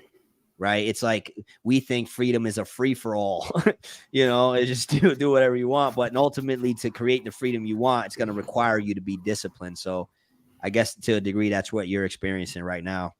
So Ozzy, we appreciate you for tapping in, bro. Keep grinding, keep doing your thing. Thanks for hopping on a live. I know it can be an uncomfortable thing for people to do. So just the fact you did it, I appreciate it. Especially if you're not familiar with like posting and all of that, it's probably out of your comfort zone. So shout outs to you for that. Thank you for tapping in, bro. Shout out, Ozzy. Thank you so much, bro. Yes, sir. And real quick, got to shout out Antonio with the $2. I forget what these are called. Somebody let me know in the chat what these are called. And then the millionaire barber just coming in. He said, I'm the millionaire barber. I'm going to show you how this is done, guys. Dropping the $50, whatever this is called, guys. I appreciate all you guys that are sharing paying the $2. 49 was a little OD, bro. You ain't have to do that. We appreciate you for that. Guys, how you feel about Ozzy, man? Show some love to Ozzy in the chat. Getting on a live is not the most comfortable thing to do, putting yourself on camera and speak and answer questions in front of 230 people is not the easiest thing to do. So the fact that he did it, can we show Ozzy some love in the chat for sure? City Image Barbers, win together in the chat. That's one of our core values. I've seen a bunch of them post it. Hashtag win together in the chat if you're still in this. Appreciate y'all. And again, just want to remind you guys, if you haven't, we're going to be on this for at least another half hour or so. Ask questions. I'm putting them in the folder so that way we can do a rapid fire Q&A. Subscribe to the channel if you haven't done so already. Follow the Barber Guru if you haven't done so already. And also make sure you take a screenshot and share it to your story. One thing that we're both going to do, me and Joe, I see he's holding up these books. So 1 second, Joe, 1 second. I know one thing we're going to do is whoever takes a screenshot, shares it to their story. After we get off of the live, we're going to go through the messages and we're running a couple promos tonight. So what we're going to do is send you guys special promos for sharing the screenshot of this to your story. That will be, you'll be able to take advantage of, but only you guys are going to get it for sharing the screenshot to your story. So make sure you guys do that if you haven't done so already. And Joe, what were you just holding up? What was that about? Yeah, so I want to get Julian's comment because he's been asking. But so basically, these are 2 books that we wrote, and usually they're ebooks, but we also printed them out. I want to give away 3 of these for free. I'll ship it right to your house, or to your business, wherever. The first one is the owner mindset, right? So like whether you're an owner already or you want to become an owner, you have to have the right mindset. This is a small, short book, easy to read, to get you into that mindset, to make you understand what that means. The second one is after you have the owner mindset, you want to start building a team, right? There you go. Marv's got it. And you want to start building a team. You got the team building secrets. This is a big part of our business, is how to build a winning team and how not to just hire the barber and hire a great person who just happens to know how to cut hair. Okay. All this is a lot of information is in these 2 books. We're giving 3 of them away, 3 sets, by the way. So 6 books altogether, 3 sets of these for free. I don't know how you want. I guess anybody who screenshots this right here and tags us, I'll pick 3 winners from there. So guys, real quick, we'll leave this on the screen real quick. Just hold those up. Take a screenshot, right? Share it to your IG story. Make sure you tag It's Marvy Marv and tag at the Barber Guru. You got to make sure you tag us right. All right. At It's Marvy Marv and at the Barber Guru. All right. And Joe's going to pick 3 of you guys to send those books to. And then we'll also send you the special promos that we're going to be running for those of you who tagged and shared to the story. Where so Ramon says, where do I purchase? He's like, you know what, I don't, maybe I win, but if I don't, where do I buy? Same thing Javier said, where do I buy if I don't get it free? Where could they go, bro? If you go on the links in my profile, there's the links for the digital copy of these books that I think they're $9.99 each. So yeah, just go on the links in my bio.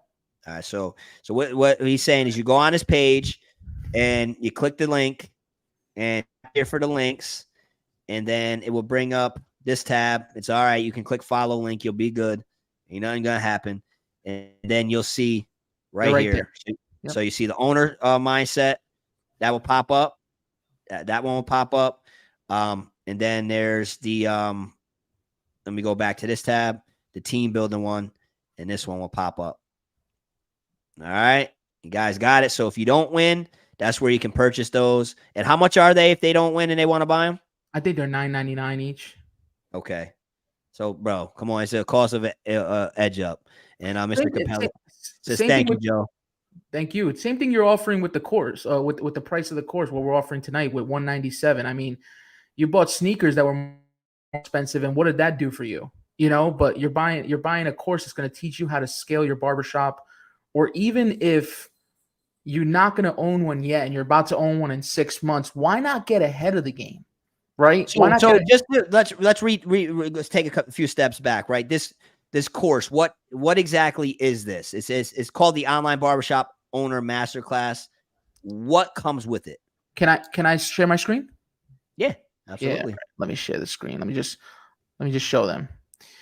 Okay. That's love, Javier. Appreciate that. So basically, what the 197. Hold up, Joe. I gotta talk to Joe real quick. Joe G.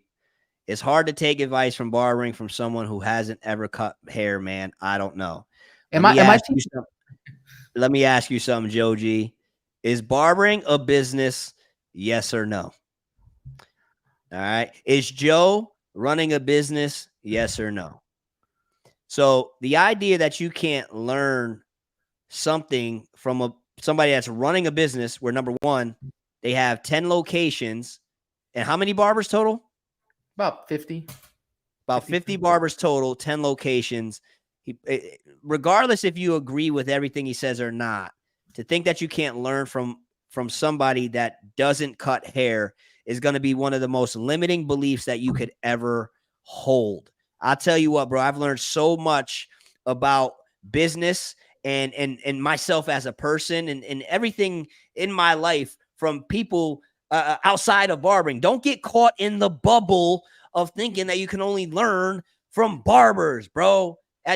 Regardless of if I see you comment, it just feels less genuine, bro. That is one of the most limiting beliefs you could have. So what I would say to you is, if you want to keep that belief, you have all the power in the world to do so. Go ahead. I mean, there probably is a time in my life, I definitely know younger, where I would have felt that same way, where it's like, dude, don't even cut hair. What does he know? Right. But knowing what I know now, as I've evolved and grew, when I could take a step back and look and say, okay, this dude doesn't cut hair, but he has 10 locations and they have 50 barbers. He's pulled up receipts of barbers that have made very good money. They're doing some very good things. Their culture is in here. They have barbers in the chat that are saying very good things. Maybe I can learn something from this dude. You know what I'm saying? So you take and do what you want with that information.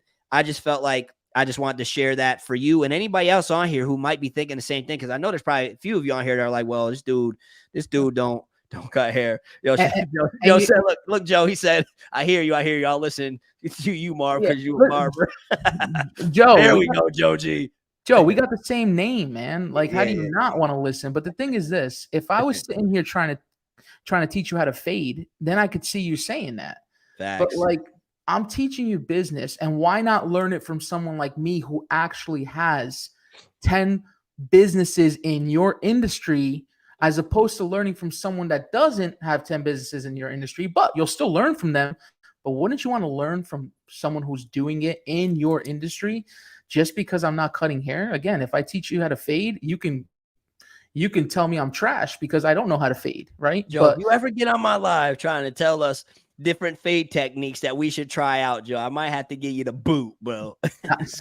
I can show you a haircut I've done before, and watching so many for so long, they're actually not terrible, but there's nowhere I can't charge for them. That's for sure. So, everyday person might be all right with it, but the barbers would rip you apart, bro. I don't know if we're ready for that, because you might want to scream at all of it. Nah. So what you got on the screen? So again, we're talking ready. about anyway. So let's just. Yeah, so the course, right? Let's just finish plugging the course, and the reason why is there's a ton of value, right? So the part that we're discounting tonight to 197 is the videos portion only, right? Once you watch all these videos, you then qualify for our coaching program. And that's a monthly coaching with private calls and group calls, because you could learn a lot from videos, of course. I'm going to show you all these videos and how much content we do have. These are all videos on the left-hand side, by the way. But then to really take it to the next level, you need coaching. And Marv, I know you said you've spent so much money in coaching already from so many different things you've gone to, masterminds and stuff like that. Chris Basio said he spent $20,000 in just one program himself. 30,000, you know, 30,000 in one program. 30,000. Sorry, 30,000. You know, so. But the start is this. This is the start, you know. So these are the videos, right? And the sections are developing the right mindset, right? We want to get you to develop that right mindset. Even if you're an owner already, you can learn from this. That doesn't mean that you have the wrong mindset, but maybe you can improve your mindset with this. Then next is a self-assessment. You kind of look at what your business is, what your brand is, right? Who you are as a business owner or as a barber, right? Next is establishing your vision. Right? How do you want your business to be? Not only the way it looks, but the way it feels, what customer you're going to have. We're going to teach you how to do a customer avatar, a mission statement, all these different things. Then there's team building. Look how big the team building section is. That's how big of a part of our business this is. So we needed this section to be huge, right? Because if you don't have a winning team with you, you're not going to win. It doesn't matter, because as we saw last night or 2 nights ago, they spent all that money on Aaron Rodgers, and in the third play of the game, he's out for the season. Now, what do you have? Terrible. And now, what do you rely on? You have to rely on the rest of the team to get you to that Super Bowl, right? So if they only signed Aaron Rodgers and didn't care about everybody else, well, I don't know if they would have won the Super Bowl. Maybe because he's brilliant, but now they really have to rely on a team. So building a winning team is a very important part, and it's a ton of videos on those. Then it's create. You have to create a system. People run the systems. That's from the book called The E-Myth, Revisited by Michael Gerber. And if you can get that into your head, you're going to understand business so much better, right? Yes, People need to be there for your business. But if you don't give them systems, it's going to be hard for them to know what to do. So you have to create the systems that then people can run. Okay. And then the last thing is maintaining consistency and growth. You can do great things for 6 months, a year, but if you don't consistently do it and know how to consistently do it, you're not going to grow. And then you're just going to revert back to the easiest way to do things, right? That's what human nature. Let's say, you're working out, you're going hard for 6 months, and then the easiest thing to do is to just stop. It's hard to get up at 5 o'clock in the morning and go work out and all these different things, right? It's easy to not do that. So that's what we teach in these videos. And like I said, once you watch, all of them are about 60 to 70% of them, and that's when you qualify for the coaching program. But the first thing you got to do is watch these videos. Ton of value, over 80 videos, over 150 slides. The videos look something like, I don't know, look something like this, right? They all look like this, where it's a slide.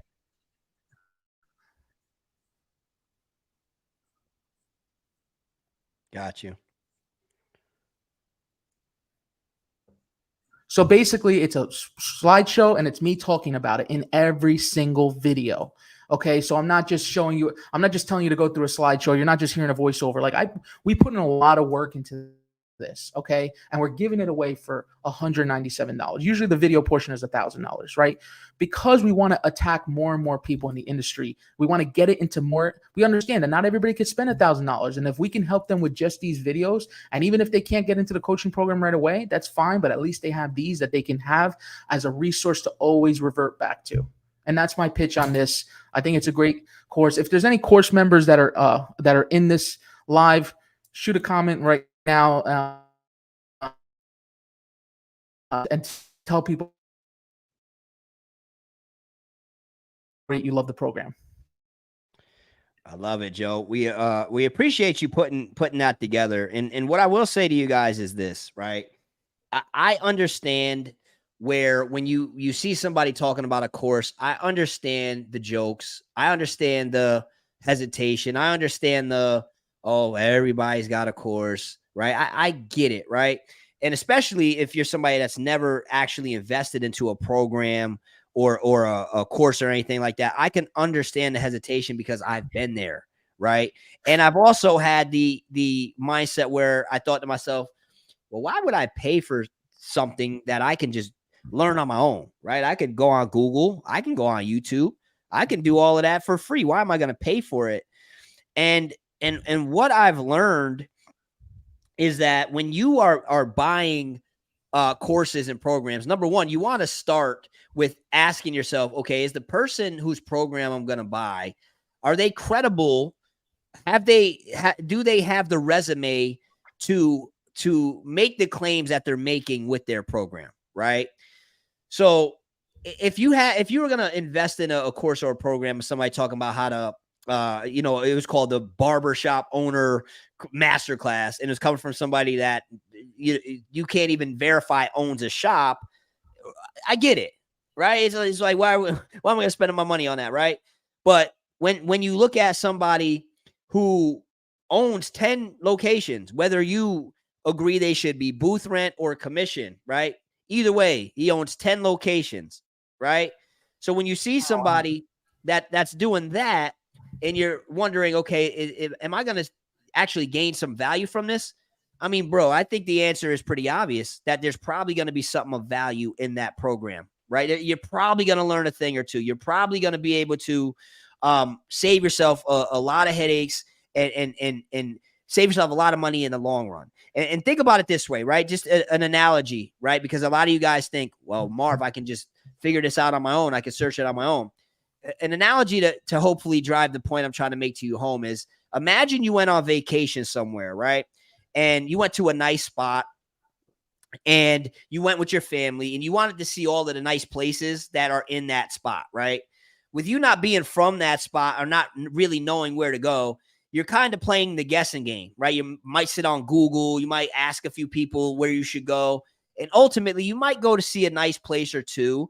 But then when you leave from that vacation, you might get back home and come to find out you didn't get to see a lot of the nice stuff that was at that spot you went to, right? Whereas if instead of trying to figure out what to do or where to go on your own, when you went on that vacation, you booked a tour guide, right? Or you book somebody to show you around the area and take you to all of the nice places. Now you spend a little money to book that tour guide, but now you could be certain that you're going to be able to visit some of the premier places or the top places in that area. So that way, when you get back home from vacation, now you know that you got to see some of the best places that you were going to be able to see at that location. So it's the same thing when it comes to classes and courses, guys. Sure, over a long enough time period, sure, you can learn a lot of stuff on your own, right? But why waste your time doing that when you can buy proven systems and organized systems to help guide you in the right direction and save yourself so much time and headaches and ultimately money in the long run, right? Because you might make some mistakes that ultimately cost you a lot more than $197, right? So if you're somebody that's in a shop that's thinking about leveling up your shop, or maybe you want to revamp your shop, or maybe you're thinking about opening a shop one day, this is going to be some of the best $197 that you've ever spent in your life. So again, the link to check it out is in the description, and he's doing a crazy offer for you guys. He's looking out for you guys. So make sure you take advantage of that. All right, Joe, I want to ask you a question real quick. I seen a good question pop up. Are you still there with me, Joe? You look froze on my screen. I don't know if you're still there. Can you hear me, Joe? Oh, no. Yes. You good? Hello? Yeah. Can you guys hear us? Let us know in the chat if you can hear us. I can hear you now. So Steven says, hi, I'm an owner of a barbershop who does booth rent. My question is, how would you begin transitioning from a booth rent barbershop to a commission-based shop when you have several barbers? That's a scary thought. And I think that you know what I honestly think? Here's what I honestly think before you answer that. I think we have a lot of barbers in our industry, and y'all can tell me I'm wrong if I'm wrong. I know I'm not, but I think we have a lot of barbers who opened up shops, whether it's usually one, right? Because most people don't open up two or more, especially if we're doing booth rent. I think we have a lot of people that open up barbershops, start as booth rent, because we come from the mind frame of, I don't want to rob our barbers. I don't want to be looked at as a thief. I want to make it affordable so we can all eat and win. And I think what happens is, in most cases, not all, but in most cases, over a long enough time period, the owner realizes, like, the way I went about this was all wrong. It didn't really make sense, right? Even my numbers just aren't making sense. And maybe you're not making as much profit as you thought you were going to make. And you're looking at all this time and energy invested, and you're thinking like, man, this is just not really even working the way I thought it was working. And then what happens is we get introduced to the commission mindset.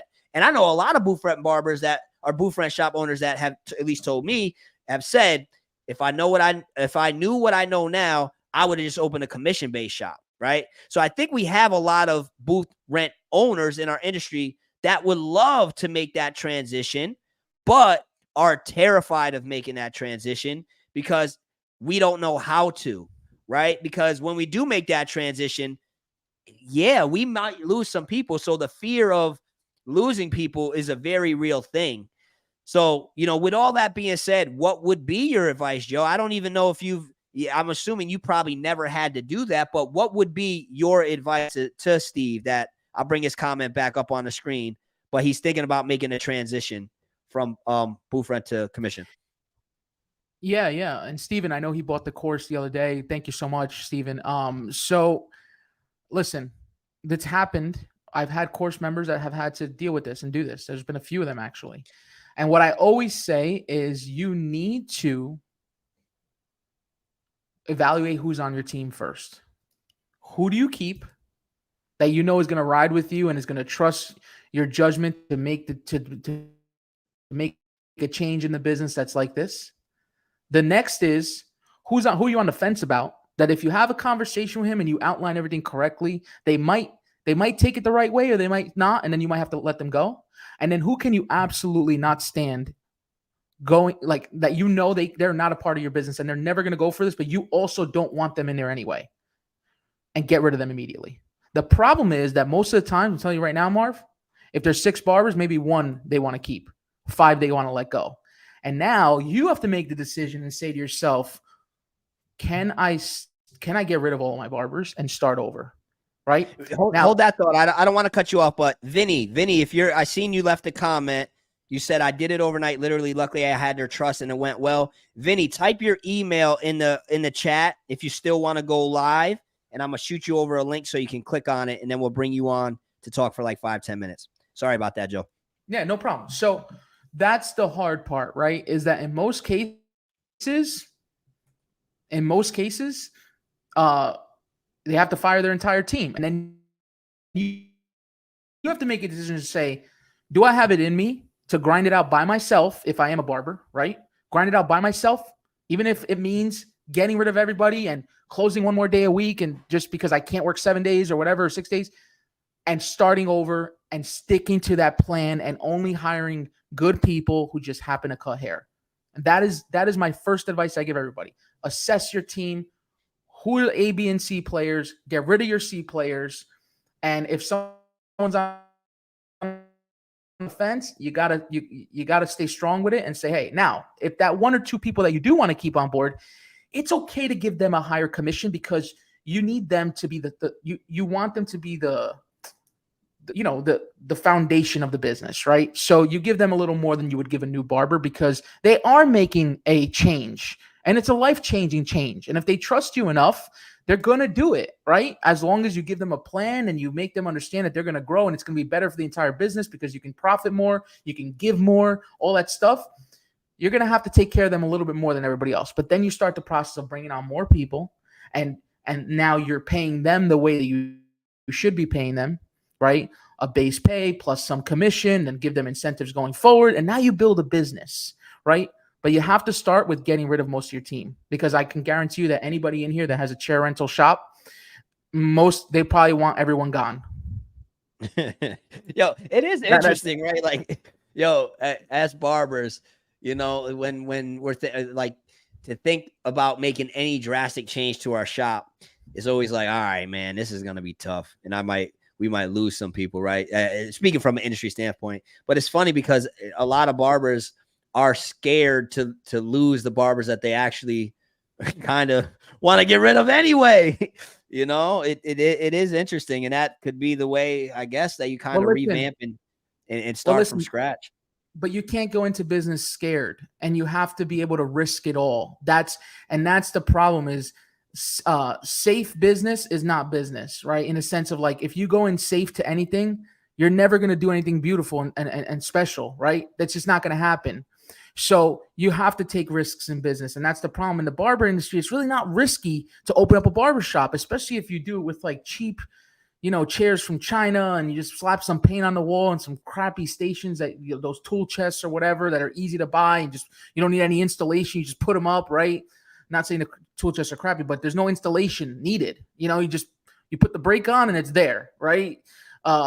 Some lights that are whatever that came with the business. It doesn't cost much to open up a barber shop. And then if you cut hair, then there's not much risk there, right? But then that's when you don't do anything special, right? You have to take risks, and getting rid of your entire team for the greater good, even if it means you're going to make less money for 6 months to a year. If you can take that risk, then do it, because I can guarantee you, even making less money, you'll be happier when you don't have a bunch of knuckleheads around you. Okay? Yeah, I love it. I'm going to trigger you real quick. All right, so get ready. You probably already annoyed. This ain't the live for me. This is for shop owners who want to make more money. Deuces. Man, Joe again. Joe acting up again.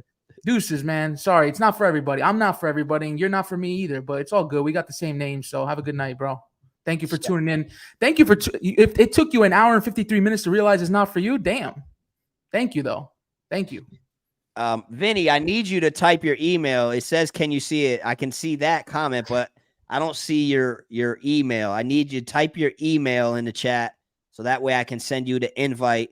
And what's going to happen is when I send you the invite, it's going to come in your email. And then shout out to Joji. And then he needs some attention. We got you, Joe. We love you, bro. Like, we love you, dude. What's going to happen is when you comment your email, it's going to shoot you over the link. You click on it and you should be able to tap right in, but I don't see your email in the chat. So make sure you type it in the chat. So Javier said he took all the knowledge and he leaving. he came in, robbed the bank. This is the question that Julian keeps asking this. Let's because he asked it a lot of times. I had to say that was going to be my next one. All right, cool. Sorry about that. I'm glad you're good. We were on the same page. That's great. Yeah, awesome. So thoughts on 70-30 split, no benefits or anything, no W-2, and given 1099 independent contractor with little marketing. Okay, he probably wasn't in the chat when I talked about this. Okay, you can do whatever you want, but the legal way is not 1099 because a 1099 is an independent contractor. If you are making the person that's working at your shop come in at the time you need them to come in, pay the charge the prices you need them to charge, wear the t-shirt that you want them to wear, rep the brand, have the customer service that you want them to have, all these different things that comes along with being part of your shop, that's not an independent contractor. And if you do get caught by the government, I'm going to tell you what they're going to do. They're going to want you to pay back tax on all the money you've been giving him on 1099. You're going to have to pay 15% payroll tax, right, for your employer payroll tax, plus penalties, which will essentially put you out of business. And then what it's going to do is you're going to go bankrupt because you're not going to be able to pay it. Right? Because there's so many penalties keep compounding. If you do this for years and years and years, they go back 7 years, right? So my point is, like, yes, you can do it. And are the chances of you getting caught? No, probably not that high because obviously a lot of people are doing it, right? And there's so many barbershops, but you're still, when you're not W-2, when you're not doing W-2, they're not technically feeling like an employee. And the benefits of being an employee are all the benefits that you should provide as a business owner, right? So they're always going to be 1 foot in, 1 foot out. And so, yeah, but if you're going to do 1099, which I don't agree, then 70-30 is fine because you don't have to pay payroll tax. You're probably not doing, you just said no benefits. Yeah. So yeah, give your 70-30, but that's exactly what's wrong with this. That's what started this whole conversation of we need to elevate. That's not elevating. That's only doing what is being done already. Got you. So do you see a way that a booth rent barber shop owner, if they have one shop, can provide health insurance for their workers? Or is that something that would require multiple shops? Or yeah, so it does, no, you can offer health insurance. I don't know about free, but anybody could provide health insurance. I think in the state, I think in the country, I think you need to only contribute 10% or something, so like you can provide it. But in order to provide it, you have to be W-2. You have to provide it based on employees, right? You can't. Redirect Health does 1099, but that's it. The person who is a 1099 has to apply for it. It's not. It doesn't come from the business. So the answer is no. Got you. Now, what you could do it is you could do it another way. Is like, let's say you have like, all right, listen, you get your own insurance, and I'll contribute. I'll cut you a check for $200, $300 a month to compensate some of that for you. But chair rental shops don't make enough money to do that anyway. You can't generate enough profits to do any of those things. Gotcha. So they say, bring Vinny on. So I emailed them the link.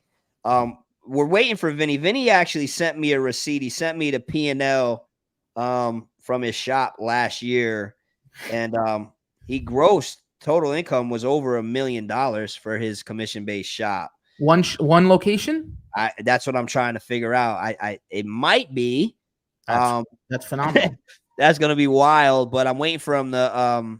Here he is. I think he's right there. So what I'm gonna do real quick is I'm gonna bring Vinny on. Let him speak for like 5-10 minutes, guys. When you got questions, ask your questions. I'm gonna be starring them and putting them over to the in the folder, and we'll try to make sure we hit on a few of them.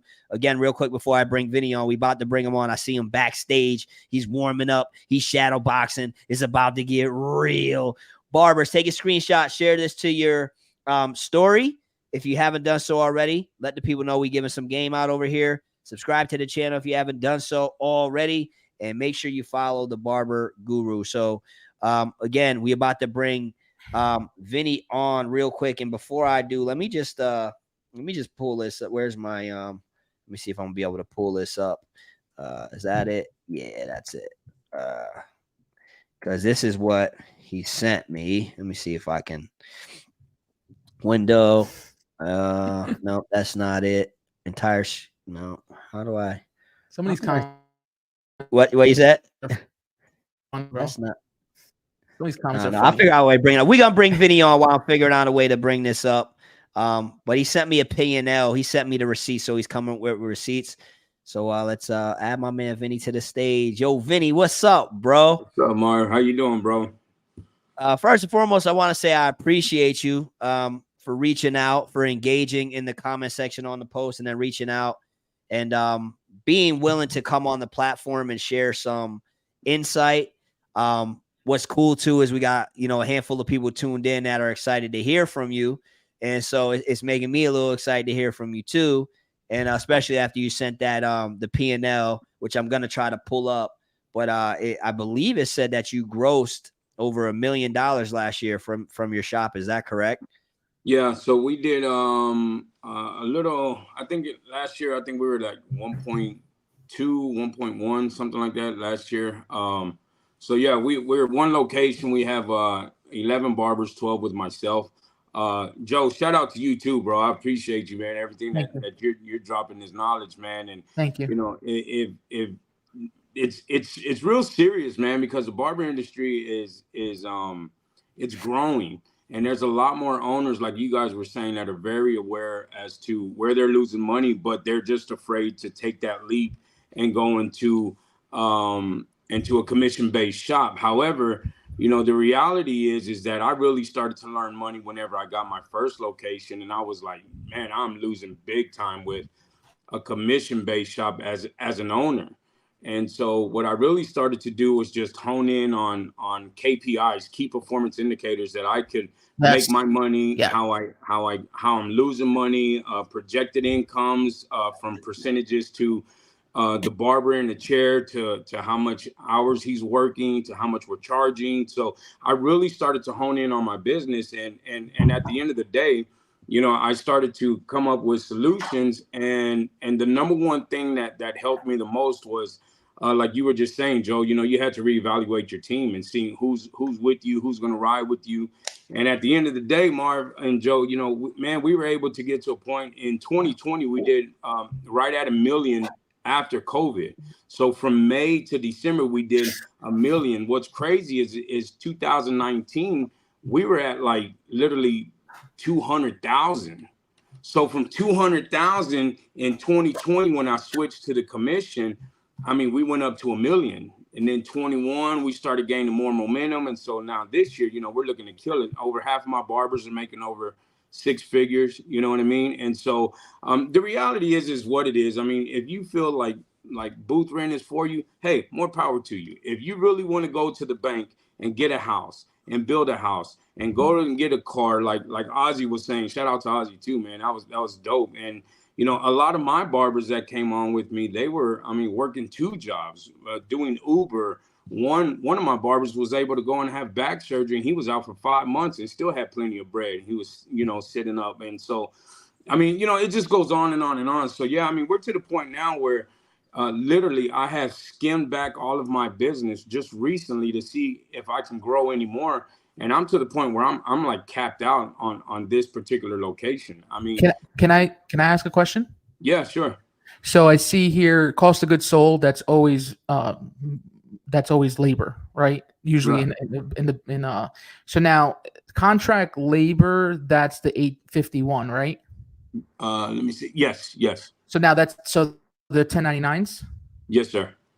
So now imagine, okay, this is where like, I would assume at this amount, you're at about $30 or $35 a haircut, right? Absolutely. Yeah. So, because I did the math, it seems like your average barber's grossing about $1,900 per week, some more, some less, right? Yep. Of like gross sales, which is about $35, right? Mm-hmm. So now imagine if on top of that, the 851, which is salary, basically, payroll, mm-hmm. right? Times 0.15% in payroll tax. That's another $127,000 that you would be paying in payroll tax, yep. Employer payroll tax. So now if you deduct that from the total net income, which to me, it looks like the net income is somewhere around 200,000. Now you're profiting only about 75K on a $1 million, on a $1.1 million business. That, right. My friend, right, and I'm here with you, I'm there with you, Yep. is pathetic, right? Yep. Yep. You see how sad that is? Yep. You see how sad that is? Because in another industry, Yep. if you're grossing $1.1 million, right, and your payroll should be 35%, let's even call it 40% on the higher end, okay, that's $440,000 in payroll. That's half of the amount in payroll, not even including payroll tax that Yep. you're paying. Now you have enough to invest in other things. But the problem is you say you're capped out, and that's because you can't raise your prices much more because whatever area you're in, or maybe you feel like you're going to lose a lot of your clientele. And that's the point. Is it's pathetic that we as an industry, including ourselves, are seeing numbers like this where the number is so high, but then the profits are so low because of how much commission you have to give. And it's understandable. Your barbers need to make money. Yep. If you were charging them 40%, they wouldn't be able to make a living, man. Right? Yep. So you have to give them 60%. You're probably doing about 60%, right? 60? It varies. It varies in between there from 60 all the way to 80. Yeah. So it varies, right? Yep. So like you have to, because they need to make a living. Yep. So that's the point. Is in another industry that's not normal. If this is a hair salon and they're grossing 1.1 million, their cost of goods sold will be right around $500,000. Okay, Yeah. that would be their cost of goods sold. So you Yep. see how this is what I meant originally, and I'll have you talk because I don't want to keep interrupting. Sure. This is what I meant, where we need to raise the industry from the bottom up, because then people like you, people like our company, and a lot of other companies are doing the right thing, can now take that bottom number and then go higher from there, right? Yeah, So, and so that's the whole reason for the live, right? I mean, it's to bring awareness to barbers Yes. in the industry as to where we're at. And so the reality is, for me, is when you look at numbers that Joe's putting up, when you look at these numbers that one location that we are doing is putting up, the reality is it can be done. So it's that, like, we got to, at some point, we got to draw the line and say, hey, that's enough with the excuses. That's enough with all of the has been, shoulda, coulda, woulda. Like, at some point, we're going to have to take ownership of our own industry, of your own share, of your, as an owner. You take ownership of your business, and then you start to scale your business and grow your business. Now, you know, Joe, for you, you're doing it on a bigger scale. You know, you're having people, you know, paying benefits or whatnot, what have you, right? Of course, the more volume you get, the more you can do. But in the flip side of it, where this is the part where it kind of gets sticky, man, because, you know, booth renters, they're quick to say, well, I'm not going to give all that money. Well, you guys got to remember, too, that's not including my money that I make as me cutting. Right. So my money that I make, I turn around and reinvest back into the location so I can continue to grow. So we have 12 barbers. I mean, we have, you know, it's a nice barbershop. You know what I mean? We're not in the slums. So I invest a lot. I'm paying for credit card fees. I'm paying for processing fees. I'm paying for monthly fees. I'm paying for education. I mean, and the list goes on. Uniforms, you got cars, you got business. I mean, it goes on and on and on. So, but at the end of the day, the whole point is for me as an owner. Now, you got to remember, in 2010, I was homeless. You know what I mean? I was homeless. I was addicted to drugs. Thank God, you know, all of that's changed. But you get somebody like that who really didn't have it, that's learning it. And I think the bigger picture for me, and I'm just speaking for me, the bigger picture for me is I genuinely love to help people. Like, I love to help people. You know what I mean? And that's what drives my business. And that's what drives my clients in. And they really feel that vibe in our shop. Like, we're a family. You know what I mean? Like you were saying, Joe, you know, in your shop, that's the way my shop is. And we genuinely care for each other and want to help people. However, at the end of the day, if you're in business, it's a KPI. And all a KPI is are you winning or are you losing? And how are you gauging? What key performance indicator are you using to dictate, to show your value in your business or your lack of? And that's just the bottom line, bro. Excuse me, man. Like the stuff you're saying is just like, I know that you're investing. First of all, I know you're investing because you just bought our course, right? Guys, whoever's listening, he did 1.1 million last year and he bought our course. But you guys in the comments are questioning whether you should buy a course. I'm not trying to plug the course here. I'm just giving a perspective of, yo, how did you learn about KPIs? Did you learn it from someone who knows what they're talking about? Absolutely. Right? And let me ask you something. Was that person a barber? No. Exactly. Exactly. Oh, now, man. I guarantee you, most of these people listening and commenting don't even know what a KPI is. Yeah. So again, that's your key performance indicator. It's an internal gauge that you can use in your business to see how you can make more money or how you're going to lose money. And at the end of the day, what we do as barbers, right? And Marv, you can even back me. I mean, you're catching more barbers. My mentor, John Mosley, he's my mentor. Shout out to Popular Nobody.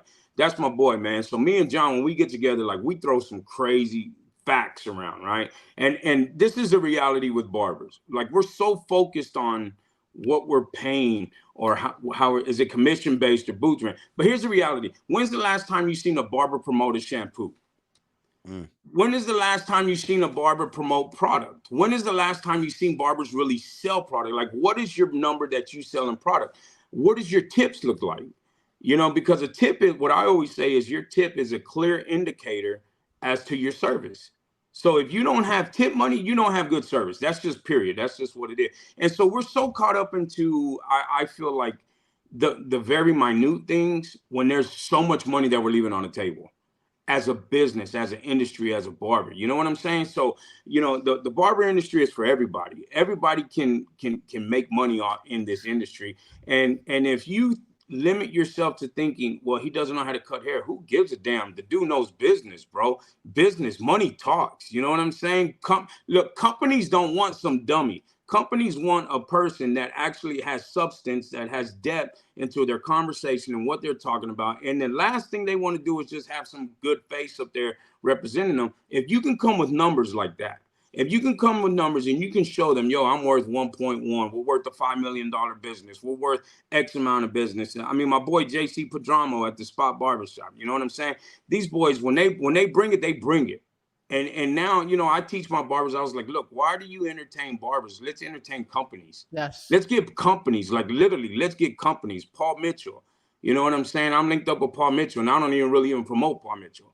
You know what I mean? I'm linked up with Paul Mitchell. We're selling them. We got other gigs that are going on. I mean, some crazy things that are happening that the industry has opened up. But never mind that. At the end of the day, when I go to my shop, if my barbers are not making money, if their family is not growing, if they're not growing, if they're not educated, the one thing that I always say in my shop is I don't raise and I don't promote stupid barbers. I will not let my barbers come into my shop and leave the same way that they came. Period. I don't care who you are, and they can vouch for that. You know what I mean? So at the end of the day, man, you know, 1.1 million, like you're saying, Joe. Yes, it is money. It is money. Yes, I'm making a profit. Yes, I'm still cutting hair. But on the flip side of that, when you can validate your money, I own a construction company. It's Vinny's Enterprises. I build houses. I invest in land. I go around. I use my company to build out my barbershop. So I move my money around so I can get tax write-offs. So I can. It's just plug and play, Marv. You know what I'm saying? And Joe. So you know, because I've been able to do that, my barbers are doing the same thing. They're in buying homes, buying land. They're buying. You know, they're doing all kinds of things, man. And so, you know, it's a cool conversation. I think it's awareness that needs to happen because for so long, it's almost like we're going against the grain, but so many people are watching us and so many people want to do that. And all I'm saying is, you know, if I ever had a platform, I would always say, number one, I thank God. Number two, man, don't be naive or ignorant to the things that people are actually wanting to help you with, man. You know what I mean, Marv? So again, shout out to you, Marv, for, you know, having this platform, bro, and just bringing awareness. And really, it's just simplicity. It's really simple. Don't overcomplicate, you know, what's available for you, man. Barbers. So guys, let me know in the chat if you're enjoying this conversation. This is a high level conversation, bro. These are the conversations I feel like we need to have. You guys can let me know in the chat if you agree. Drop some 100 emojis, drop some gems. I'm super grateful that I'm in a position to provide this platform to people like Vinny, who only has 1,000 followers on Instagram. You know, and one thing I want to say with that idea in mind is, for those of you tapped in, I want you to understand you're in the small percentage of barbers right now because you're like tuned into this conversation. And most barbers aren't going to tune into this type of conversation. They're just going to go watch a blurry fade tutorial, right? But you guys are tuned into this conversation where you're hearing some terminology you never heard before. And you're hearing things being discussed in a way that you never heard before. So you need to pat yourselves on the back for being here. You know what I'm saying? Because you could be doing a million other things, but you're here listening to this conversation between me, between Joe, and between Vinny. And to reiterate the point that I was diving into, I worked so hard to build my platform to get attention on me, so that way I can have these high-level conversations. Bro, I don't know it all. Not even close. I'm learning a lot. Somebody commented earlier, said, yo, Marv's soaking up all the game. You're damn right I am.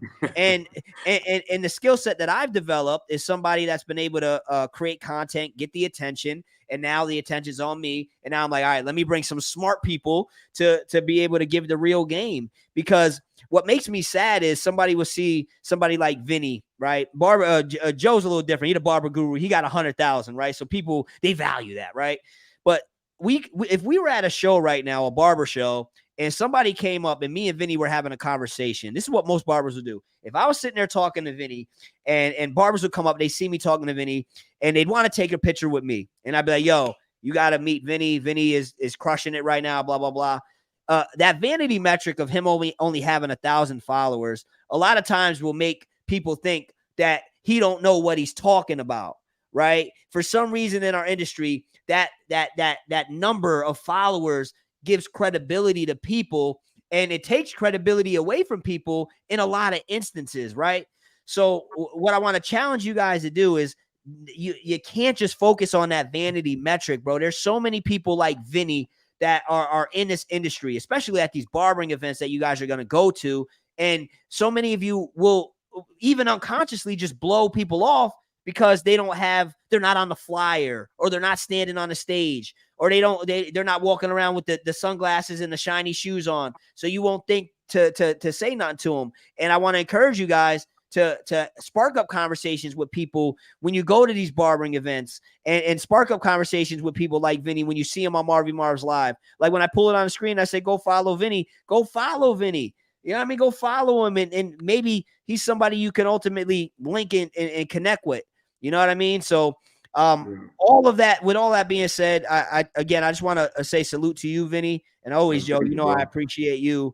And what I'm hoping that you two at least take from this, I love seeing the energy, right? I love seeing the connection. I love seeing Joe's eyes light up when Vinny started dropping terms.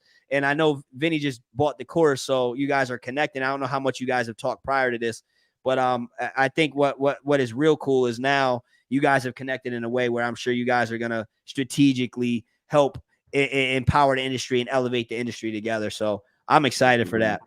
Absolutely, man. Again, I appreciate it, Marvin. You know, just to add real quick, a little piggyback off of that. You know, when I went to CT, Barber Expo, and this is the truth, I got in a parking lot and I seen just the energy of dudes that were walking in. Straight up, I turned right back around and caught a flight back to Texas. I didn't even want to mess with it. I went to a barber show not too long ago, and it was like, nobody's talking business. No one talks business, man. It's very rare.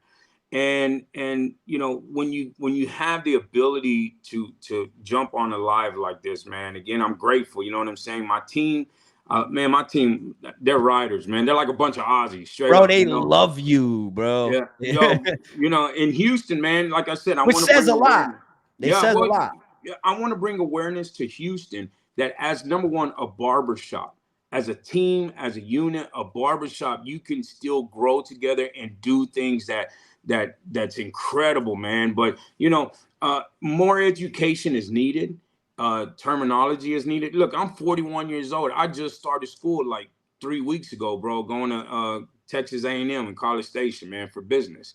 You know what I'm saying? And so I'm steadily trying to grow and develop in myself. So that way, whenever I do meet somebody and they want to talk to me, we can give them fair game, bro. You know what I mean? So again, you know, hey, I appreciate it, man. Thank you guys for everything. And, you know, again, man, it's an honor. And I salute you guys, bro.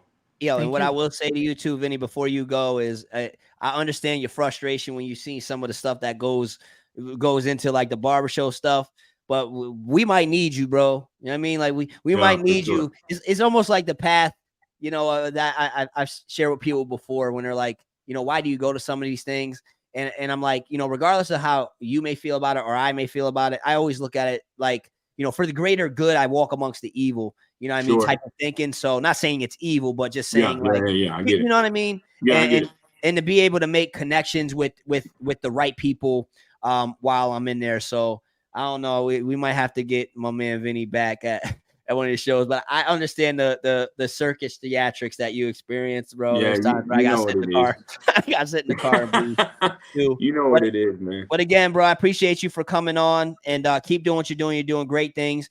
Your story in itself is super inspiring. The fact that you come from, you was down in the dirt, you know what I'm saying? And you've been able to bounce up and build a great thing where you at least got people coming on here co-signing you, the same way Joe has his team on here co-signing them. And, there are people that will look at you guys like, oh, you're running commission-based shops. Oh, you're thieves. You're robbing your people, But at the end of the day, when you got the support that you're getting from your people, it says a lot, bro. So just keep doing what you're doing, man. I'm proud of you, and thanks for hopping on a live with us, bro. Thank you, bro. Thank Joe, you, bro. take care, man. We'll catch up. Absolutely, man. Good night. Thank you. Good night, Later, guys. Yo, Marv. What up, bro? How much more time you got? How much more time you got, man? I got what you need. I got as much as you need. I really want to answer some questions, if that's okay. Yeah. So what I will say to you too, Joe, what we'll do is we'll answer some more questions. We can go, I'd say we can go for another 20 minutes or so. Let's do it. What will say to you is, because you are selected as a co-host on here, when you're seeing these questions pop up, if you scroll on the questions, if you scroll on it and you go to the right, you see that star. Yep. You can star that, and you can even show it on the screen yourself. You can do that. Awesome. I've already, but I'll definitely start so that we could see them. Awesome. Yep. So when you see a question, because I know you've seen you text me a couple of times about questions, so feel free to pull it up on the screen if you see it and dive into it. They said, so keep going, King. Let's get it. I know, bro. So, but when you star it, then it will be in a starred folder over there, so it's a lot easier than scrolling up to seeing a million different things. And I'll unstar all the other ones too. So, any questions anybody's got, just shoot them out. And in the meantime, what I wanted to say earlier about, it's not just about okay. So first things is you have to have the right team. Then you have to get busy enough for that right team to be making enough money, right? To be convinced that this is the right place that they should be, right? Like, as much as building is a thing, that doesn't mean that they're gonna want to build for that long without seeing some sort of compensation, right? So you have to give them upfront compensation, and then on top of that, you got to keep it coming more and more to the point where now, okay, they're making money, but now what? Now you have to keep them happy. And you have to keep them motivated, and you have to keep them growing. So it all starts with the interview process, because if you hire the wrong person from the beginning, there's no keeping them happy, no matter what. Not money, not gifts, not education, not nothing. They're just always going to be closed-minded, because they need to be happy with themselves first before they're happy with your company, right? So once you got that going, and people are doing well and making money, now it's that you have to be on top of them in a good way, right? If you have we have a management team, right? They're doing monthly check-ins with our barbers, right? For 1 hour. They're always coaching. Our manager, I always say, our managers are not there to count the register and make sure everyone's on time. First of all, if you're not on time at City Image, you're not going to be with us. That's for sure. So I don't need a babysitter to make sure, oh, is this person on time? Is it? No. That happens a couple of times, you're gone already, right? So because we value time here. So it's more about managing emotions, managing feelings, making them a better person than they were yesterday, right? That is what leadership is. So when you're a leader in your business, which a lot of times you're the owner operator, you're the manager, you're this, you're that, you have to give that up. And the only way to do that is to step away from the chair a little bit and look around and say, what is this person feeling? What is this person struggling with? Why are this person's numbers going down? It doesn't always mean they're lazy. They might be having something going on in their life, and you might have to have a talk with them about it and say, hey, is everything okay? Do you need some time away? Do you need a few days off to is there something going on? The only way you can see that is if you step back and say, oh, okay, now I see everything. So it's okay to take an hour a day from cutting to focus on your business, at least 1 hour. I start with that in our course. We say, start with 1 hour. 1 hour turns to 2. 2 hours turns to a day. A day turns to 2 days, right? And then you start to really run your business as opposed to just cutting hair in it, right? And there's nothing wrong with cutting hair in your business. But if you're cutting 60 hours a week and you have 5 employees, how the hell are you going to keep them? Are you going to understand what they're going through if all you're focusing on is the head that's in front of you? I love it, bro. And I would say one common mistake that I see we make as barbers in the industry is the idea that we do think from the perspective of, if we're going to open a shop, a lot of times we want to be able to charge the barbers as little as possible, because we think by doing so, we'll put them in a position to make as much money as possible. And we focus on that metric and we overlook all of that stuff that you were just saying. And one key mistake I see so many people make is thinking that, okay, well, if I open my shop and I make my booth rent low, or I make my commission rate, they take 90, I take 10%. It's ultimately going to keep the barbers around, and we're going to build this strong, solid team, right? And we're going to grow and we're going to take over the world. But what I've witnessed in a lot of instances is that no matter what the model has been, whether it be commission or booth rent, cheap booth rent, I've seen so many shop owners struggle to keep barbers longer than a year, longer than 3 years. If you get 3 years, 5 years out of a barber, that's at least in my experience of having a conversation with owners, that's a long time, right? So I say all that because so many of you guys think, okay, if I open the shop and I charge them cheap booth rent, I don't do commission, or I do a crazy commission rate, I'm going to keep them longer. And that's not necessarily the case, because barbers need more than just money. We need more than that. And I know you guys might on the surface think we don't, but we do, right? Because you eventually get to a point where you're making the money that's enough for you to be able to live off of.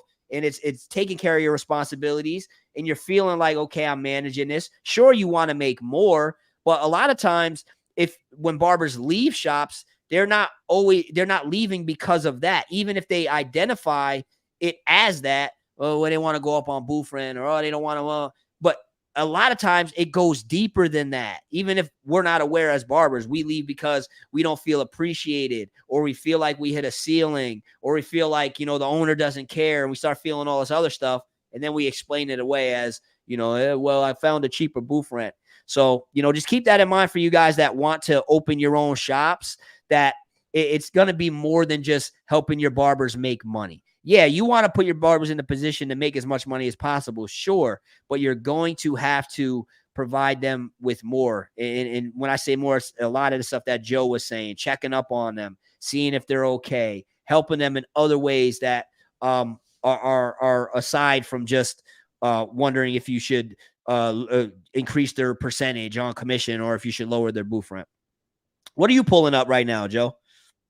I'm just pulling up an example of what we do, right? So every month, our managers meet with their barbers for 1 hour. We have it blocked off, right, and already scheduled. And this is the first. Every month, there's different questions. This is the first check-in of the year. We go over, a whole bunch of, like, obviously KPIs, like you was talking about, gross pay for the previous year, what your company-wide average is, what your average is, whatever. We go through the numbers for like 10 minutes. After that, there's questions. In the past year, what were some of the biggest struggles you had to overcome personally and professionally? What are your personal goals for this year? What are your professional goals? What are some things that you enjoy about working with your current team? Who in your company had the most positive influence on you this year? How do you feel about being a career barber? How do you feel about the barbershop's culture? And now we've actually toned these down to now about 5 or 6 questions, and been more like even more focusing on the responses more. But what we do is, we don't just ask a question. It's not an interview, okay? Because then I could just send this to the barbers, have them fill it out, and send it back to us. There's a conversation. So if someone says, "Hey, what are your personal goals for this year?" and someone says, "Well, I really want to buy a new car. My car is kind of like getting old." And all right, so now the manager is trained to say, "Well, what is stopping you right now from buying a car, and how can we help you?" Well, I'm making enough money, but I just need to figure out how to save a little more. Okay, well, what are you doing right now to save? Not really anything. Well, can I tell you what happened? What I've done in my life? I contact the payroll department and I say, "Hey, can you put X amount of dollars into this savings account right when I get paid, so I don't even see it?" And that has helped me to save without me even thinking about it, right? Because if you have to transfer yourself and all these things, you might not. So That's one way of doing it. Another way is like, what are you spending money on? Oh, well, I don't really spend money on much. Well, I noticed that you eat lunch every single day. You spend about $15, $20. Yeah. Have you ever thought of making lunch at home and meal prepping? You could probably save at like $10 to $10 a day for that easily. Yeah, no, I never. So like a manager is there to help them with these things, right? Not for them to just answer the question and be done with it. Okay. And these check-ins, what they do is they allow our managers, our leaders actually, to understand who they are working with, right? On a professional level and on a personal level. And we dive deep into different things, and we don't get too personal, of course, unless they want to. But then we take those answers, we record them on Google Forms, and they're saved away. And then we hold them accountable to certain things. So if someone says, I'm really trying to get fit in the next, all right, so what's the plan like for you to get fit? Well, I want to start going to the gym. Okay, how many times a week do you want to go to the gym? I want to go twice. All right, so you're saying that you're going to start going to the gym twice a week. When are you going to start that? Next week. Sounds good. Next month when we meet, I'm going to ask you. So I want you to obviously be truthful, right? Because I'm here to hold you accountable.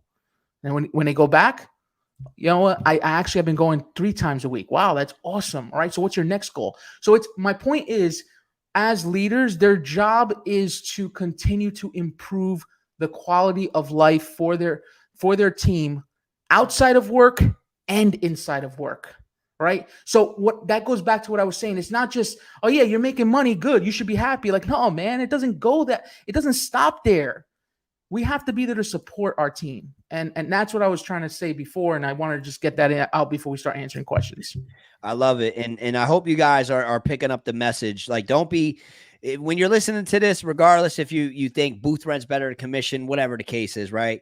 What Joe's saying right now, you can apply regardless, bro. Like, their commission versus booth rent, that's a conversation that we're having. But what he's saying can be applied even if you are a booth rent shop owner. One thing I want to pull up on the screen real quick, Joe, because I want to hear your thoughts on this too. Jay said this. He said, already got Marv's thoughts on this. I forget where I told him this. It might have been in DM or something. But said, how do you feel about opening a shop alongside other barbers? What do you mean by that? So what he's asking is like basically, at least how I interpreted it, was having like a barber or two and you guys open a shop together. So partners. Yeah. So, we have a few partners, right, that were barbers with us and they grew to become partners. And what I can say is this: be careful who you partner with. And that doesn't mean that you don't trust them with money or anything. They have to have the same mindset, right? Because when they don't have the same mindset, it doesn't matter that you trust them with money and all that stuff. It's always going to be a problem. And it's going to be a constant battle that you shouldn't be battling your partners. Okay. So that's the number one thing. So a lot of times people think that, oh yeah, let me open up with a couple barbers. We'll put our money together and no. You're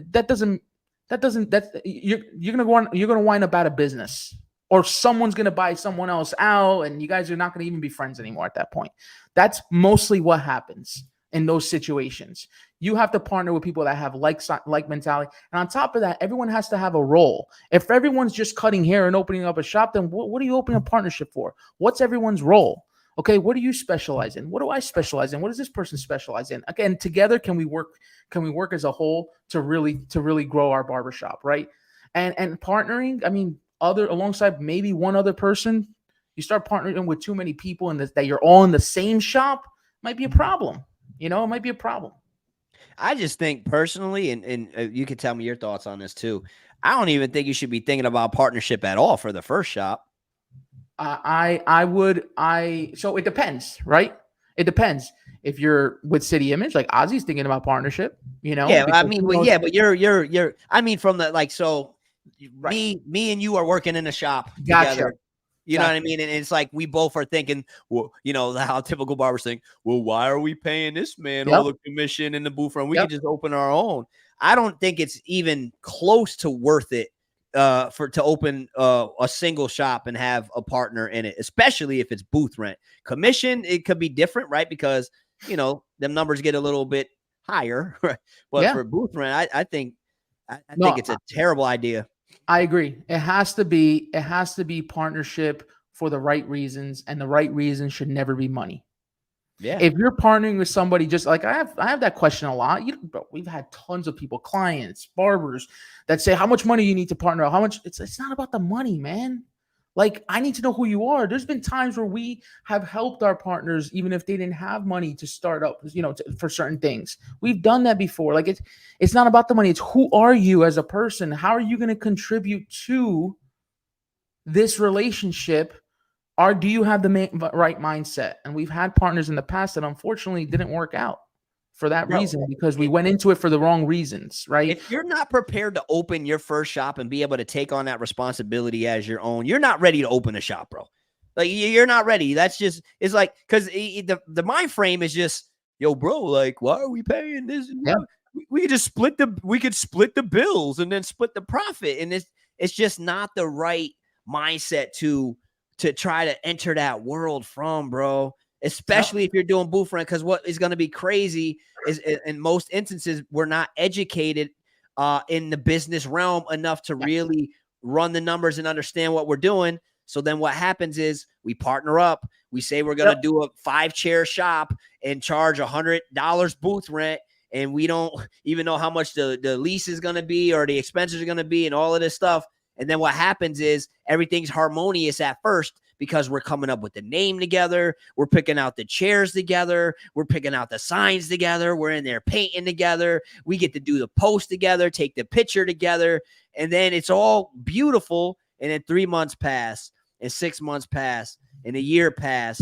And next thing you know, you're like, wow, one of us is doing a lot more work than the other one. Or one of us gets in a completely different spot in life. Maybe one of us gets a partner, and now we're in love where we were single, or we have a kid on the way, or maybe we're just going through something, right? And all this stuff starts changing. So then what can often happen, which I've seen a lot, is then all the responsibility falls on one person a lot more than the other, and clear roles weren't defined from the beginning, so nobody really knows what they're responsible for. And then at the end of the month, barbers are looking at the total profit, which in a lot of instances is not a lot. And now it's like, okay, now we got to split this. And then barbers start to feel resentment towards each other, because it's like, all right, well, I'm doing all the work, and now I've got to split these peanuts. And then it leads to a lot of unsaid tension and resentment, and ultimately can end very, very bad. So is that going to happen in every scenario? No, there's always going to be the exceptions to that, and the anomalies, and the partnerships that are just straight up harmonious. But I've seen that story and heard that story so many times, man. So I say that because if you're in a spot where you're thinking about opening your own shop, and you're opening up your own one shop, like Tim said, I've literally witnessed this whole thing. I'm telling you, I've seen it hundreds of times. If you're in a spot where you want to open your own shop, and in most instances, you're just going to be a lot better off going in at that on your own first. And then as you want to scale and start to open up more and things like that, and coming across different people that you're linking with, maybe then consider the partnership. Joe, what are you making that face for? Bring it up. What we got? What do I got to bring up on the screen? I'm just trying to understand what the heck this comment means. But which one? I don't want to waste. I don't want to shed light on comments that I want to answer questions. But my man Joe was giving a stink face. I'm trying to understand what he's saying here. Okay, point blank. If you are a licensed barber, then you want to prove yourself. Don't take long to get bodies. Okay, let me read it. Let me try to understand it. Hold on. Let me try. Okay, point blank, if you are a licensed barber and you went to school and proved yourself, don't take long to get bodies to work for you and convince them to keep you long enough to bank game. So what I interpret him saying is, as long as you go to barber school and you get nice with it and you want to open up your shop, according to him, barbers are just going to be knocking at your door to come work with you and run the bag up with you. That's what I'm getting from him. I mean, that's not how it works. That's not how it works, but that's what I'm getting from him. Or maybe he's talking about getting more clients. Maybe he could explain a little more while we move on to a couple questions. You got another one you wanted to bring up? Did you see? Well, I started a bunch of questions. Okay. So Is 50-50 an ideal commission rate? This is a question that gets asked a lot, right? And yes, ideally 50-50 is what you want to start at. But the thing is that it might be what we teach in our course, and what has helped us to grow is you have to give some sort of guaranteed pay up front, right? You just have to. Because the problem is, let's paint a picture here. You go to hire a barber, right? And a lot of times, here's the issue. Business owners like to sell lies to their interviewers because they're thinking to themselves of how much they could make, and that's what they tell them, as opposed to how much they're realistically going to make in the beginning, especially, right? You mean to tell me they'd be like, yo, bro, you come work for me, you about to make $20K a month doing 20 clients a week, $250 a cut? That's what you scale that way, and then drop egos in the chat. Shout outs to all of y'all. I know some of y'all are in here, and I appreciate y'all, and I love you guys. I told you I'm trying to empower y'all. So I'm not even gonna comment on that.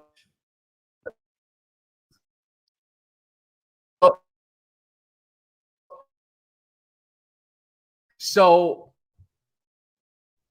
that's the problem, is that they don't do that, right? So they have to. So and it's the business owner's responsibility to build a chair. I own 10 of them. So I am saying, if I'm saying it as a 10 shop owner, that it's my responsibility to make my barbers busy, then if you own one shop with 3 barbers, you should be saying the same thing too, okay? But unfortunately, we think that it's the barber's responsibility and blah, blah, blah, whatever. So the point of the fact of the matter is, when you're interviewing someone, you're offering them a job and you're telling them how much they could make, you're giving them a false sense. But if you tell them what they're absolutely going to make, a lot of times in the beginning, it's not as much, and that might not get them to come over to you from wherever they are. So you have to give them security. You have to make them know, like, hey, listen, I'm going to give you X amount of dollars per week to start, plus a commission, and then we'll work from there. 6 months later, you'll be reevaluated for a higher percentage in commission, right? And at that point, you probably won't even need the guarantee anymore, but it'll be there just in case. Okay. So you're giving them like a salary, a base pay, base pay, hourly, whatever you want to call it. And it's for us, it's competitive. It's between $800 to $1,000 a week base plus. Now, I'm not saying for everybody to do that. What I tell course members and anybody that I coach, I say, listen, think about how much that chair is going to make no matter what, right? What is that chair going to make no matter what? Oh, I think probably $900 a week. Okay. So can you offer $800? Nah, that's crazy. I'll be losing money. No, you won't. You just said that the chair will make $900. So that means you're breaking even technically. And if you didn't hire that person, those clients probably wouldn't have been able to be serviced because your other barbers are too packed. So now you're giving this person $800 a week guaranteed pay, and now they're not stressed out when they're trying to build, because if they're stressed out that they can't pay their bills and they think that they made the wrong decision when they're 1 week later and they're still not busy, that's going to feed off to the clients. It's going to feed off to the other barbers, and eventually they're either going to leave you or you're going to want to fire them because they're going to have a bad attitude, right? But if you're giving them a sense of security and saying, hey, this is what I'm going to give you no matter what, and now let's build upon that. I don't want you to be at the level that you're at now. I want you to be double this, triple this. But for now, this is what you're getting no matter what, just in case. And it has helped our course members. It's helped us, of course, to really gain a footprint in the areas that they're in, because nobody else is doing that. Barbershop owners are not willing to give anything unless you're cutting it. 50-50, market yourself. Like, no, bro, this is a new environment for them. Why not make it positive for them so that they can succeed, as opposed to making it negative for them right off the bat and then firing them because you're mad that they're negative, or then them quitting on you, and then you got to start. It costs you more money to replace an employee than to keep a employee happy. That's for sure. So 50-50 is ideal commission to start. However, you should give a guaranteed pay, and that guaranteed pay should be whatever you can afford. Okay, as much as you can afford, and say, okay, this is what the chair is gonna make. I know for a fact it's gonna do $1,000 a week. You know what? Let me offer them $700. Let me offer them $800. Let me offer them, hey, if you think it's only gonna make $700 a week, let me offer them $500. What can you offer to start them off so that then they can build? And not to mention, now you hold them accountable even more, because now they can't sit here and say, like, bro, not for nothing, like, I'm not getting paid. No, you are getting paid. You are getting paid now. So now when they want to leave a little early because they don't have any appointments at the end of the day, no, you're not leaving early, because that's not how you build. And guess what? You can't get upset because you are getting paid technically to sit in that chair. and wait for a client to book you. So that is what I would say. And I do love the like I was gonna say, Tyler says guarantee pay changes the game for hiring.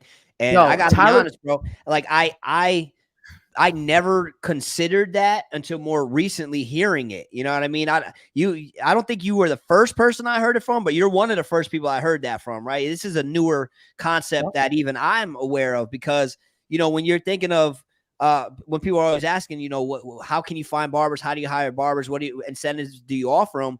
The one common thing I've always heard was give them free booth rent for a month, right? Or let them cut for free for a month till they build their clientele and then put them on whatever rate, right? I've heard that numerous times, but I never, again, until recently heard give them a base pay. And I agree with what Tyler said. Giving the guarantee pay changes the game. Tyler's one of our, he's in our coaching program. He's been here for over a year. His business has gone up. Hey, Tyler, I did the numbers. I did them wrong when we spoke. His business has gone up 71% since being with us.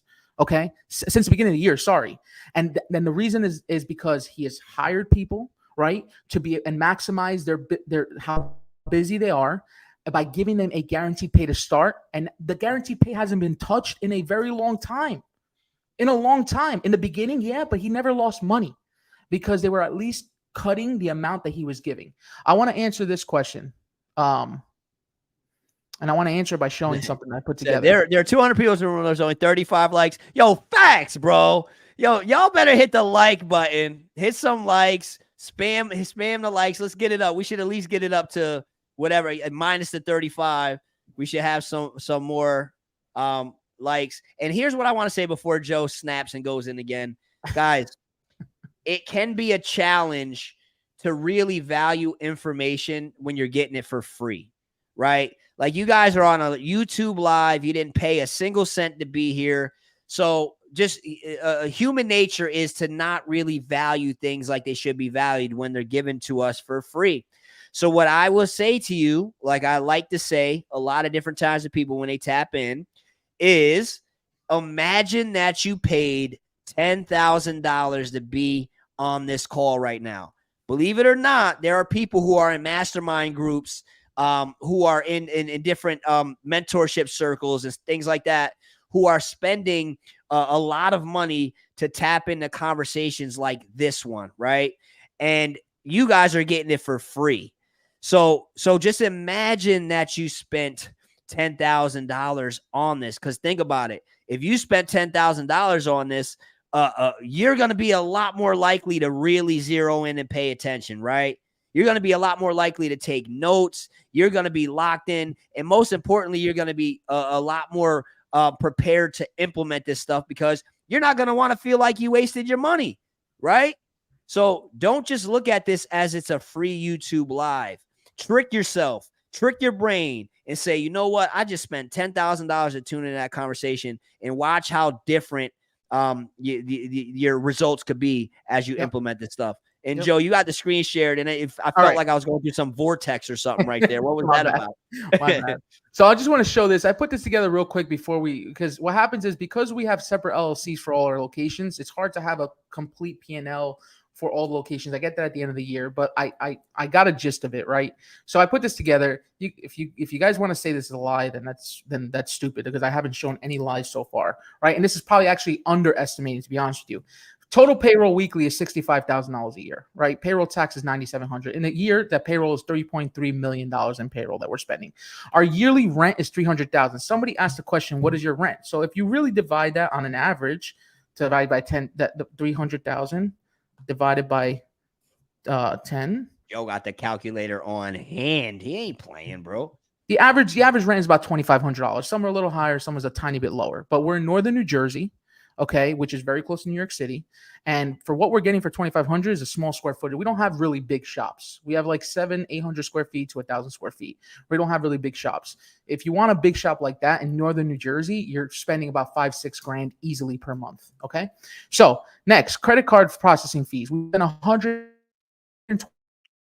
$20,000 a year in credit card processing fees at least, and we have a really good rate. Software, our software for us to run our company, right, which is booking systems, which is our rewards system, which is a company that we use just for reviews, which someone asked the question of how do you get a new shop busy? Reviews are huge, and I'll show you how we do that. So yearly, our software alone is $84,000. Just what we need to run our, just to run our business, and I'm sure I'm missing some stuff there. Our holiday party, we spend about $15,000 a year for a holiday party because we tell the staff to invite their plus ones. It's food, it's open bar, it's dancing, it's awards. I mean, we don't hold any expense because that's the end of the year where every year after year we do better and better, and we want our employees to really feel happy. And any of the employees that are in this chat, I can guarantee you that they all love the holiday party and they have a great time. And we even give them the next day off to recover. Holiday gifts cost us about $12,000, sometimes even more, depending on the gift. We do barber boxes. Every quarter we give out barber boxes, and they're about $50 worth of stuff per box, and we fill it with a whole bunch of different things between education, this and that. That costs us $10,000 a year. Our AI phone system, our barbers don't pick up the phone unless someone says, I want to speak to a barber. We have a phone system that's all artificial intelligence. When they say, I want to book an appointment, it sends them a text message within 1 second. It's so fast. And then they click on that text message and they book an appointment. Our phone calls went from 15 to 20 calls for each location per day to about 3 to 5 at most. Now that gives barbers more time to dedicate to their clients and not picking up the phone constantly, right? So that's $24,000 a year. Just in that, right? Videography and photography, this is definitely lower than what it is. I just got a bunch of invoices together, but it's about $18,000 a year just for that, right? Marketing, $25,000 a year, and we don't do much of it. And as you can see, it's already $25,000. Our operations coordinator on the back end, he doesn't cut hair. That's $52,000 right there, and he's underpaid, to be honest with you. So my point is, and I can go on and on and on. There's a lot of things. Actually, this is right when you called me to start the live, so I had to stop. But look at how many expenses right here, just in how we operate our business. And I understand that that's not what you guys need to do, but to say that we're robbing our barbers when it costs this much for us to operate our business, I hope I really showed proof here that it's not true. And then talking about reviews, look at the comprehensive reviews that we put sheet that we put together. We track 5-star reviews with the barber's name, 5-star reviews with no name, and a bad review. Bad review to us, by the way, is 3 stars or less. 4 or 5 stars is considered a good review, right? And we encourage our barbers to get their names on reviews. We want barbers. We put ourselves out there. We send text messages after every single appointment to give reviews. We don't shy away from it. We're not scared of getting that bad review. But guess what? Over 5,000 5-star reviews, and we average 4.9 stars across 10 locations. That is not easy, okay? That is not easy. And I attribute that to our team doing what they're supposed to do, believing in the system, believing that it works, and our clients are great to leave us these reviews. We're not getting our friends. I don't know. You can't have 5,000 friends leave reviews, right? So obviously these are real clients that are leaving reviews. Do we have bad ones every now and then? Absolutely. We're not perfect, but then it's what you do with those bad reviews that help to change your business. You might find certain things out from these bad reviews to help you coach your barbers. Of course, are there clients sometimes that you just can't please? And, it is what it is, unfortunately. You do your best. But for the most part, 4.9 stars across all locations, I mean, that's not easy to do, right? So, but the work that's put in each shop, and this, we changed the names just for this live, but each shop and each barber name is up along the top. You're getting per shop, and because they need to know how the shop is getting. And the more reviews you get, the better you rank on Google and all that. So I know it was a mouthful. I answered a couple questions in one, and it's just to show you that we're not sleeping here. Okay? We're not collecting checks and hanging out at the beach and on the golf course. We're working, right? This doesn't happen by itself. We need a team, and we're working still. I'm working. Look, it's 11:30 at night, and I'm still talking about barbering. I'm not even a barber. Could you imagine that? Okay. Yeah. Barbers. Yo, I love it. What was it? Where's she at? Niza. Not a barber. Hey, I'm gonna put this up. Not a barber. Yeah, he's trolling. you know, he wants some one thing airtime. you got We're to gonna give it to him. recognize too, Joe. Yeah, yeah. What, you know, troll. You know, we be trolling. You know what I mean? And it's just he's just trolling. So he's I'm having giving him fun that in the airtime. comment section. Yeah. Yeah, let him get some shine. But Nisa said, she said, Joe, you're overloading people's brains right now. Too many gems. Love what you do, Joe. Fire emojis, love it. Teach him, Joe. So here's what I'll say to you guys. All right. We could go all night with this. This is what's cool about these type of conversations, man, is when you find yourself in them, you realize that you get inspired and you find this energy that it I don't even know where it comes from, right, Joe? Like, we could just do this all night. We can give value all night, help barbers all night, right? But what I will say is I think we gave them a lot. So I want to say a couple things. Number one, if you feel like you got a lot of gems from this conversation, spam the chat with a bunch of gems. That's first. Secondly, if you want to see me and Joe have more conversations, secondly, let us know you want us to have more conversations. Eric said, bro, I can hear this all night. All right. A couple other things. Let's do the housework real quick. Make sure you follow the Barber Guru on all social media platforms. All right. Subscribe to this channel if you haven't done so already. If you're loving these type of conversations, there's a lot more to come. So make sure you're subscribed to the channel. And also take a screenshot and share this to your story. Tag me in it at SmarvyMarv and tag at the Barber Guru in it. All right. Let us know some of your thoughts. Let the people know that this was a high-level conversation. That's for one. For two, them books Joe was just holding up, what he's going to do is he's going to pick 3 people who take a screenshot and share to their story. He's going to pick 3 of you guys to send these books. It's the owner's mindset. And hold up the other one so they can see. And it's the team builder edition as well to help you guys as owners and team builders for the barbershop. He's going to pick 3 people to send both of those books to. And we're running a couple promos tonight, right? So when you take a screenshot, share to your story, what's going to happen is we'll send you the link to be able to take the online barbershop owner masterclass. This is a class that Joe, for these videos, he normally sells. They're $1,000 for the whole program. He's doing a crazy special offer for you guys where it's only it's a one-time payment of $197. All right. So if you guys just want to sign up for it, the link is in the description of this video. But again, we'll make sure that we'll get you the info in your inbox. If you screenshot and tag me in at the Barber Guru in it. We're going to try to hit a bunch of you guys back tonight. I would say the latest we respond to you is tomorrow. So if you're trying to get signed up immediately, the fastest thing you could do, guys, is go to the description of this video and you'll see the link and click it to sign up. So yeah, I see you. Is there something you want to answer real quick or something you want to say, Joe? I just want to say this. I just want to end it with this. The biggest reason the for this live was to address the fact that we need to elevate as an industry. And the only way to do that is to hang around people who are elevating themselves. If you're looking around you and you are with a bunch of barbers who have the same stupid mentality of individualization, and I don't want to make more, I don't want to give more money to the owner, but meanwhile you're only making $500-600 a week and you don't even know what you're making because the cash is going in your pocket and burning a hole right through, and at the end of the week you don't even know how to pay for your chair rental. If you're a barber that's figuring out even how to pay chair rental at the end of the week, well, I can tell you right now, you're in the wrong place, right? You need to start reevaluating yourself and saying, who's around me? Is it the same people talking about the same shit all the time? Or do I need to level up and go to the places where people are successful, right? And that is what I'm talking. Whether there's a ton of chair rental barbershops that are successful, I understand that.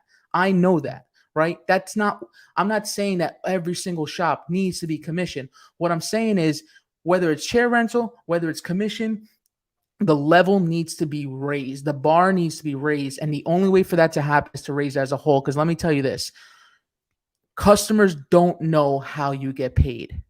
They don't give a shit how you get paid. All they know is that they don't value you as a barber and you don't even value yourself as a barber because you're saying to yourself, how the hell can we charge 60 and a half hour? The cuts must be trash. The this must that. No. That means that you have been brainwashed by the industry to think that you're not even worth it. And that's sad in itself, because I can guarantee you if every barber got together and said, I'm going to do better, I'm going to hang around great people, I'm going to elevate the industry with everyone together, and I guarantee you that we will eventually raise that bottom line faster and faster. When I was 17 years old, my haircut was 20. There's shops in my area that are still charging 25. I was 17 years old 21 years ago. No, sorry. Yeah, 20 years ago. Well, no, 21. Okay. So in 21 years, I lost track of my age. It only went up $5. You understand the problem there? So this is what I'm saying. Whether chair rental, commission, we need to all elevate the industry, because you're going to find yourself always sitting around the same broke barbers thinking you're cool, that you won because you're not giving that much money to the owner. But meanwhile, the commission barber is driving by you while you're hanging out outside the shop, not cutting. He's driving by you in his nice car, pulling up to his beautiful brand new house to see his family at 6 o'clock at night, ready for dinner, because he made his money during normal business hours, and you're waiting for your first client to get there at 6, and you're leaving at 11 or 12, and you're still not making the money that person's making because of your mindset. Sorry, guys. My dog is telling me we need to hurry up and get empty. The dog was saying, that's facts, bro. He's over it. Facts. That's what he was saying. He's over it. So that's all I'm saying. We want to elevate the industry at City Image. I know Marv does as well. And there's a few of us, I hate the word influencers. There's a few of us on social media that really, truly want to elevate the industry and are not just doing it for our own agenda. Everyone has an agenda. Of course, I would love for you guys to sign up for the course. I would, obviously, it's nothing, we can't do everything for free. But the fact of the matter is, everything I just did right now was free. Every single piece of content I put out is free. Take it and use it to your advantage to keep elevating. That's it. Yeah. And if you think you got value from this conversation, just imagine the type of value you're going to get from the program, where he's packaged exactly how they've been able to do what they're doing for the City Image company. And he's giving, like, you're getting all of that. But I know so many of you are like, yo, I want to be yo, Joe, can I pick your brain, bro? Here's your opportunity. I get it always. It's a question I constantly get. Yep. So here's your opportunity. So guys, again, we're about to wrap it up. So take a screenshot if you haven't already. Share this to your story. Let us know your thoughts. Definitely make sure you tag me in it at It's Marvy Marv, and tag Joe in it at The Barber Guru. For those of you who came on late that missed some of this, don't worry, you're going to be able to run it back. It's going to be live on the channel. Make sure you guys pick up those books Joe was telling you about, his books. And make sure you take advantage of the promos we're doing with the courses tonight. So be on the lookout for that in your inbox. Joe, I appreciate you spending 3 hours with me, bro. And we could probably do 3 more. I know I could, but, Yeah.